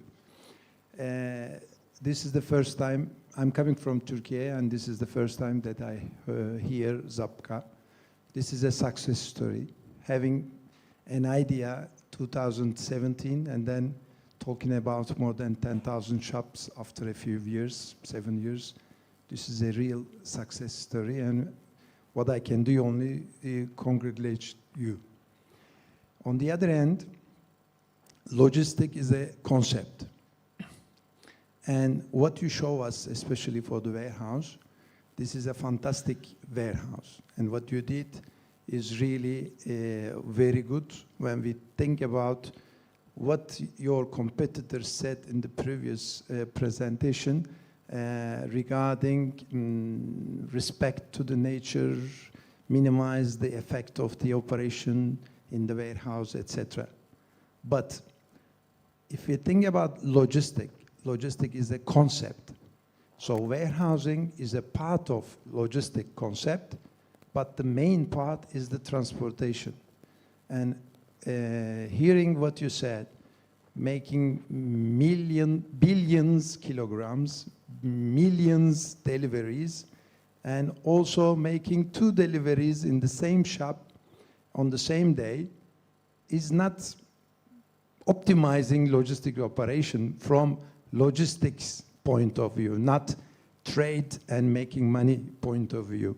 Yes. And transport is the main item of the logistics concept. Yes, but so Żabka is not the logistic company, yeah, it's the so sales company, and the sales drives what we do. So my question is, what is your next plan to minimize your one-mode, unimode, road transport delivery model? Thank you. Well, we choose the locations very carefully. Like I told you, we analyze it properly and we count the transport cost because we know how much it weighs in our internal cost of logistics. And you are right, the transport costs are huge. And that's why we don't have 1 or 2 distribution centers in Poland. We have 8 of them to minimize the logistic costs. And what we can do is to optimize the load units, to have better utilization of transport units.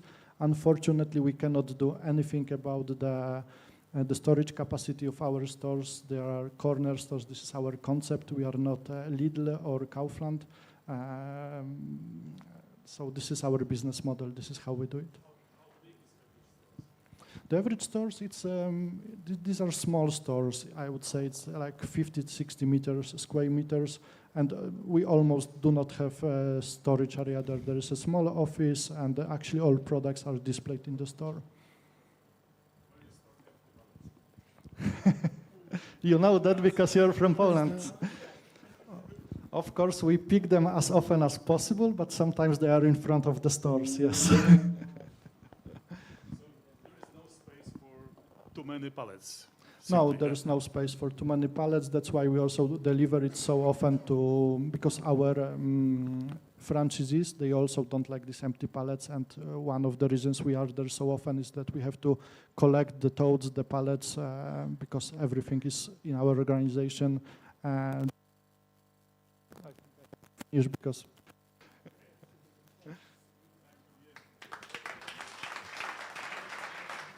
Thank you very much. And we came to the end with the presentations. In a very short time, you will have the QR code on the screen. And now, really, it's the time that you will tell your opinion about the presentation. Who was the best? Who was the worst? Who was the most inspiring?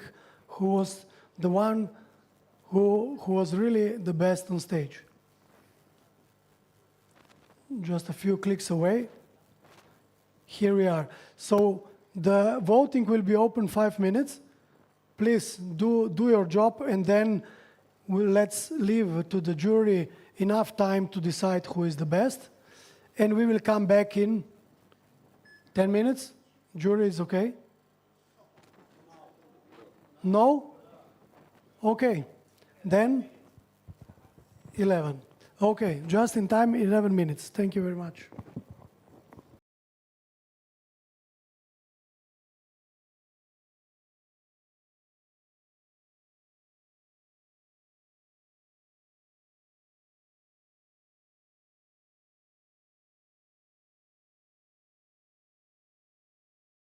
In time, 11 minutes. So I suggest that we are slowly approaching the final part of this ceremony.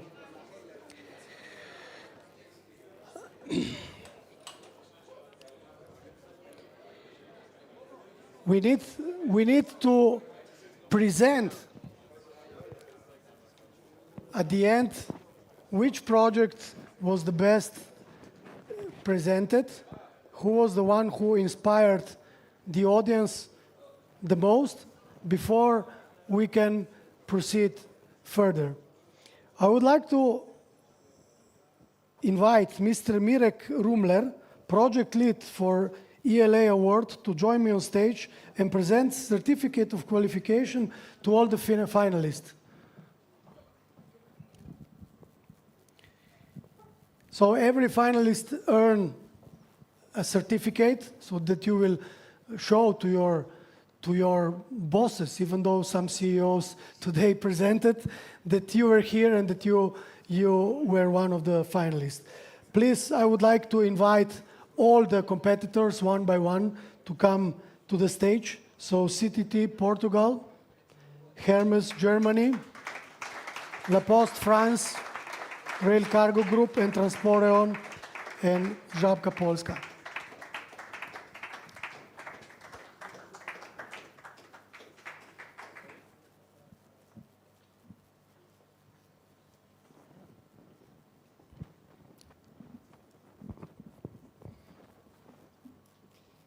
Now we have a really big challenge here, because we have all the finalists here.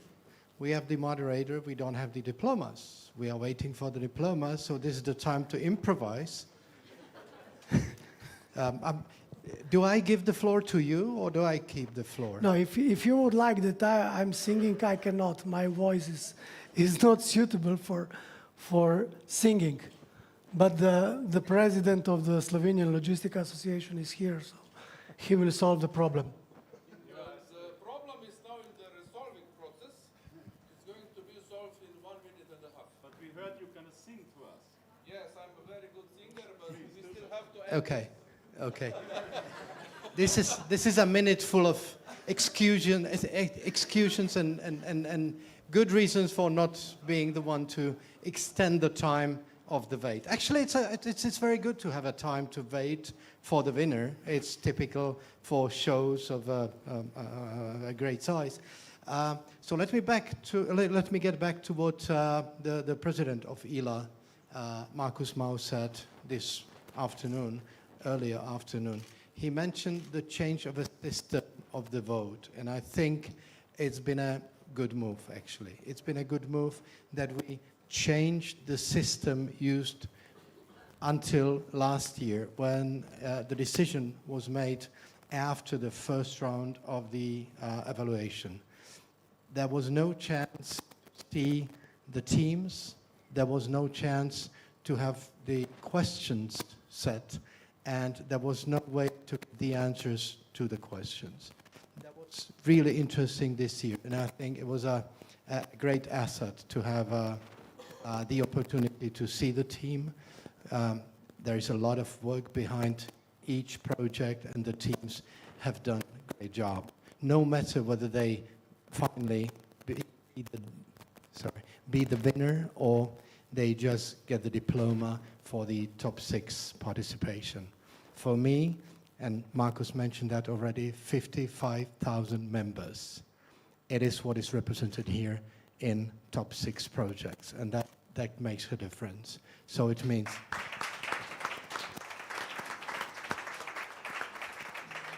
I quite dislike to use the expression the best of the best, but they must be, whether they want or they don't. So I think having the opportunity to be surrounded with people and network with people that represent the best cases, the best projects in Europe is a great asset for all of us. And I'm sure this is going to be a nice tradition from now on, and I hope we can stick with that for the years to come. So basically, we, on behalf of ELA, thank you very much for spending the efforts, for doing the job as well as you have done it, and now we'll be only waiting for the diplomas to see who is the best. Or actually, do we have the final vote for the award, the prize of the audience for the best presentation? Do we have the results already?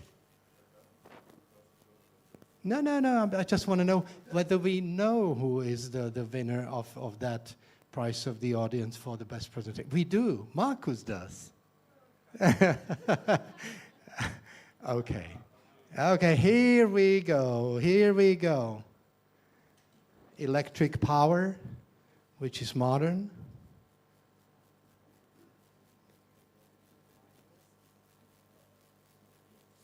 I should have thanked also to the entire jury that's been doing the job voluntarily. There is no reward for that, and these are the people with great expertise, and I'm sure that all the projects have been in good hands in terms of evaluation, because these people know exactly what they want to judge on the projects, and they have. So, it's my great pleasure to start with the ELA Awards Projects of the Year Finalist 2024. And this diploma goes to the project of CTT.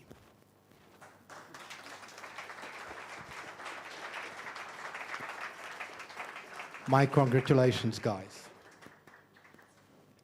Great job. The second one. Oh, pictures. Sorry.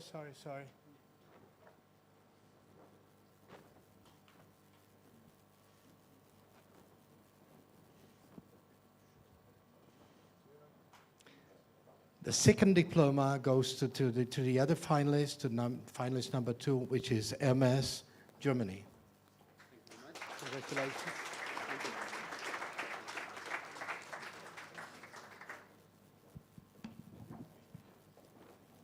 The third one goes to the team of Shift to Rail, Rail Cargo Group. Congratulations. I'm sorry. Congratulations.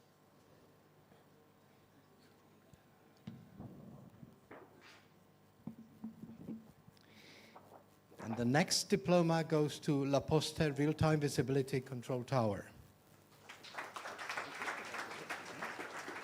Congratulations.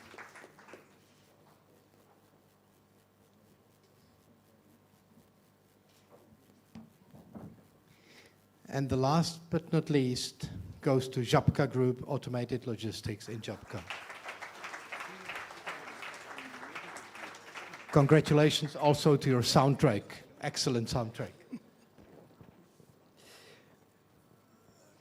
Okay, I give floor now again to the moderator of the evening. Can we take maybe a picture together with your diplomas all together?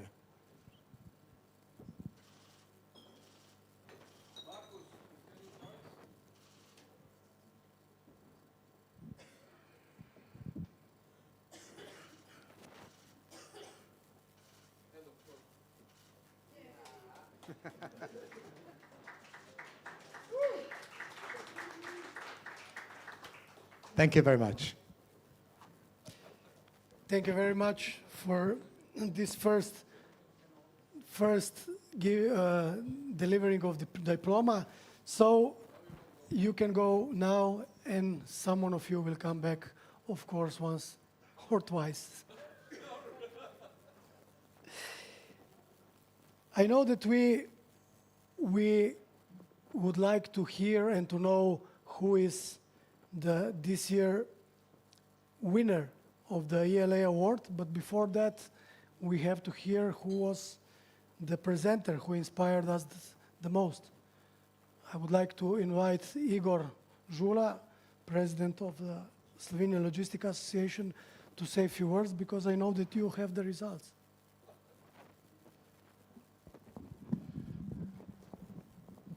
As you know, we had the award for the best presentation already in the past. That was when we were still in Brussels. Then obviously COVID did a good job, and it was impossible to give the best presentation since the presentation were online. However, the awarding process went on. But the presentation is as well so important, not exactly the same important as the project, but it is important. Because if the presentation is good, especially now when we have a second step of the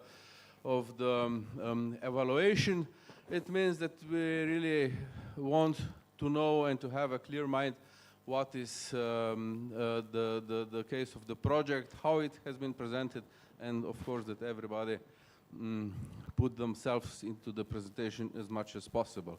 So thank you to all of you to have such a good presentation.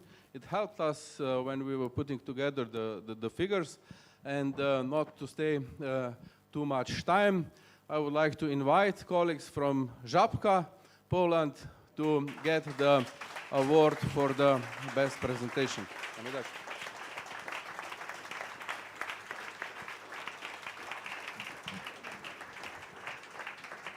Thank you very much. It was short, clear, the message was very clear, and looking forward to hear you once more, or how many more times in the other events. Thank you very much. No, one more photo. You know, shooting session is very important.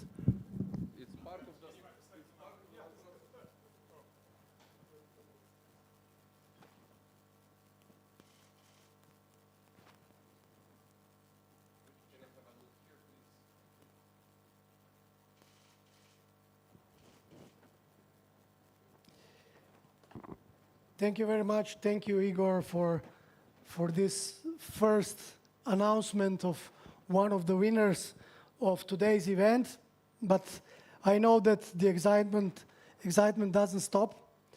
We still have the grand prize, the big, the top, the everything, what everyone dream a lot of months right now.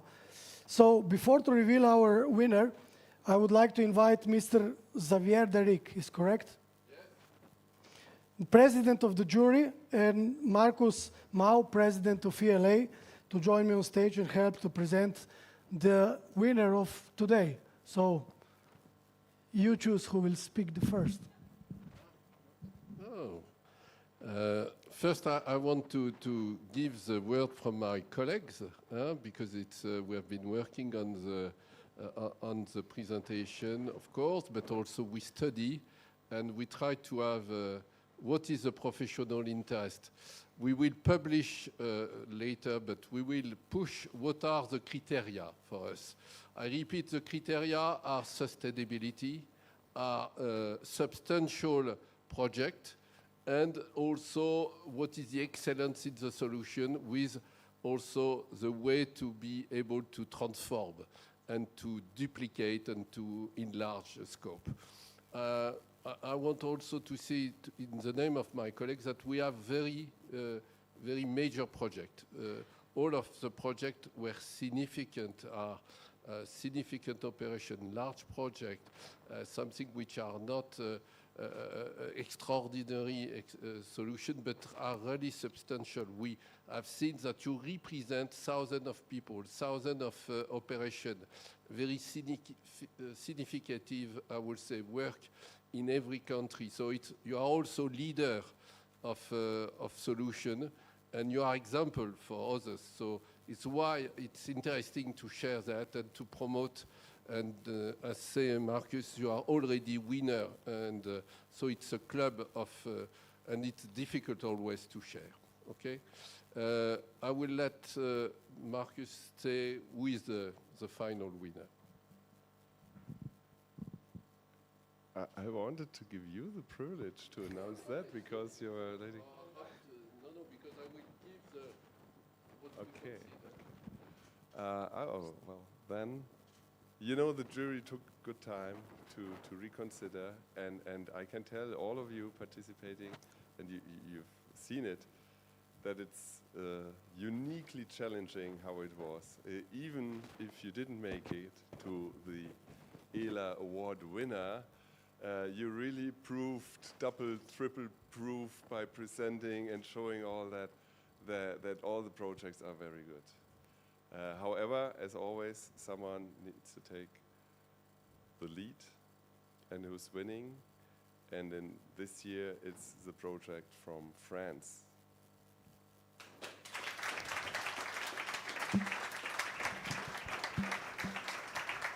Alors,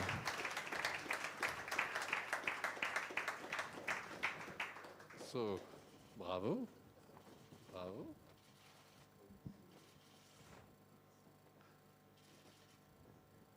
So what says the jury? That we have a real interest in the controlling data. That is something, it's a field of importance, most complicated. So first thing, you have a large scope in your project, which is more than a project, which is an operating model in terms of number of order, of carrier, of people. You also enlarge and you explain new jobs in logistics, the control, and also interest, a lot of interest to predict, to have this predictability, which is also a subject, a very important worry, I would say, in many operations. So we see also a real and honest partnership between Shipeo and La Poste, which is also to underline. And so it's a mix between a success in operation and a success in system. So really, congratulations for that. Xavier.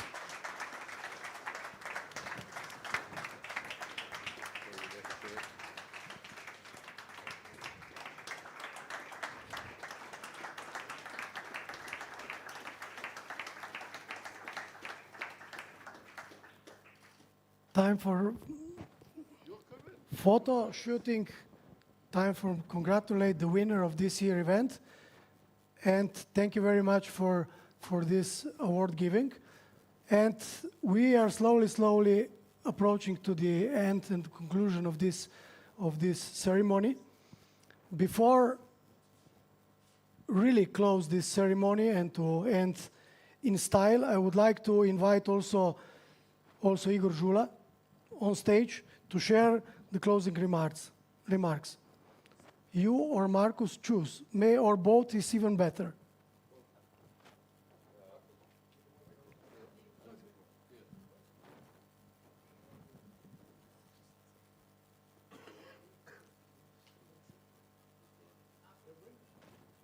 Yeah, that's what I wanted to say, the winner first.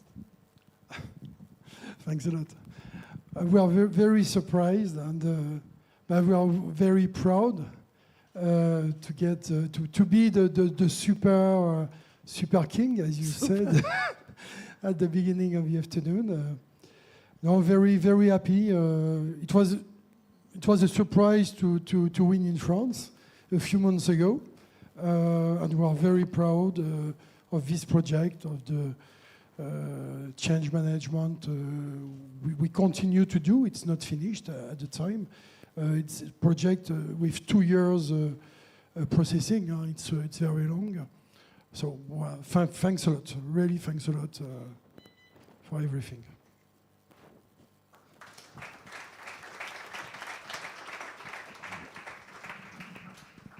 So we pass the microphone. Congratulations, and congratulations to all the other participants. Thank you all for being here. Thank you all for later on spreading the news about our winner and the other candidates. And I'm very happy that we showed again how important it is also to collaborate, to come together, to discuss. I had some very good talks in the breaks already.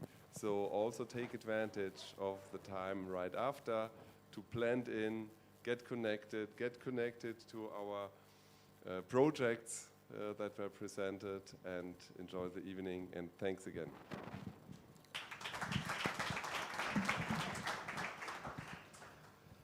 Being a member of the jury, it's a privilege. It's a privilege because the jury has a chance to get the material and to read about all projects that are champions in the national countries, and that gives me a new insight into what logistics is, how can we do better, and I learn a lot every and each time and each year when I do the evaluation. To have a privilege to host such an event like this, it is extra mile that is given to a country due to of course the success of the past projects. And it cannot be done only by a few people in the country, but only as well in collaboration and cooperation with ELA, with the jury, and of course with all the participants. So for us, that means that we again put already so many different stakeholders in logistics, what actually really in the logistics is. So thank you to all of you being here. And before I end, I just have to say something more. Getting the award like this, as well the award for the best presentation, it is not only a privilege, but on the other side, it is as well the obligation to the Logistics Society to spread the information and the knowledge about what you did. So as you know, on 2nd, 3rd, and 4th of April, in Porto Roche, we have the Logistics Congress, and we are inviting La Poste and the Żabka company to present again their projects. As we have been very happy to hear this, there will be even more public, and they will be ready to learn as we did. So thank you to everybody. Looking forward to host you and meet you again in our lovely Slovenia. Thank you very much, Igor. Thank you very much, Marcus. Congratulations to the winner and to all the others. Before officially turn off the lights, I would like just to express our gratitude also to our media partners, the magazine Transport and Logistica and the Logistica magazine, for all the support before and during this ceremony. So now I would like to invite you on behalf of the organizers to the cocktail party and to really raise the serious questions to the winners. Thank you very much for your time.